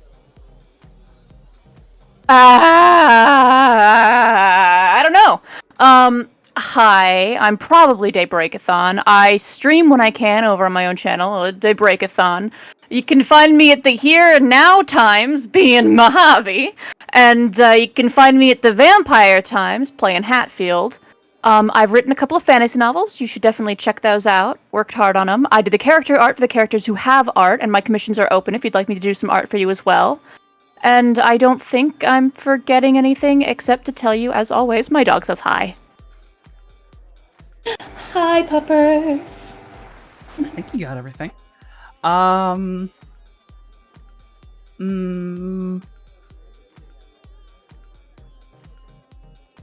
Morningstar, who are you and why do you exist? I think that was next, right? Is that my list? Oh, I made a list of who was closer. Yeah. Yes, it is you. You're having a lot of faith in me to be the person to one of the people that might be able to guess what this guy is. But hey, You have a big appreciate it. imagination. Hi everyone. You can find me. I do. You can find me all over the internet as the Risa Wraith. I am here obviously on Mondays playing Morningstar. On Fridays I am here playing Akron Simitsi. I am also part of Lanyap Gaming. Currently, we are on a little bit of a content break, but do not worry, we'll be starting to record again soon and putting out stuff for you guys. But you can find all of our VODs on that channel on YouTube. And hopefully you enjoy what we have over there. We've got campaign stuff, but also we got a few one-shots. I also have spicy links if you're into that sort of thing.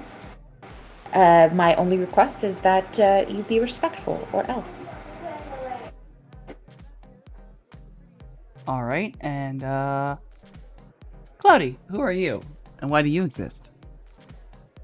I am Lord Radon, and I play Cloudburst here on Mondays. And I will occasionally guest star on various friends throughout Twitch. Good luck finding me. I go out of my way to not. But other than that, yeah, no. Did I actually guess it? I hate it. I hate everything. Anywho. You didn't guess it, but you have the best knowledge of Shadowrun to try to guess it. Okay. All right. That's it. And then the me, I speak words.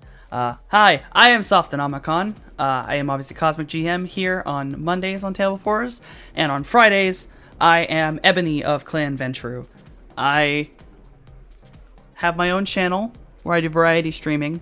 I've been doing a lot more of my art lately, and probably playing Pokemon, old Pokemon, and maybe hanging out with my friends because I do that a lot. I have commissions open. Please, I would love to draw anything for you. Most anything, unless you're really willing to pay me. And I have a Patreon where I'm making a coloring book, which is the Periodic Table of Monsters. Which, honestly, I seriously think that is just going to be the straight-up title, because I kind of like it more and more I say It's it. fantastic. Please have it be that. I love it so fucking much. That is Thank canonic you. title. Thank you. Shiv, did you find me a rating? I didn't tell you to do that first, so... Oh, yeah, you did. We are gonna be raiding on the initiative order. They're playing the Power Rangers TTRPG. And Shiv, get ready to start that raid. Thinking brain. We can't go until Mojave says the line. I'm just trying to come up with something to say that is not, again, atonal screaming. Good night, everybody!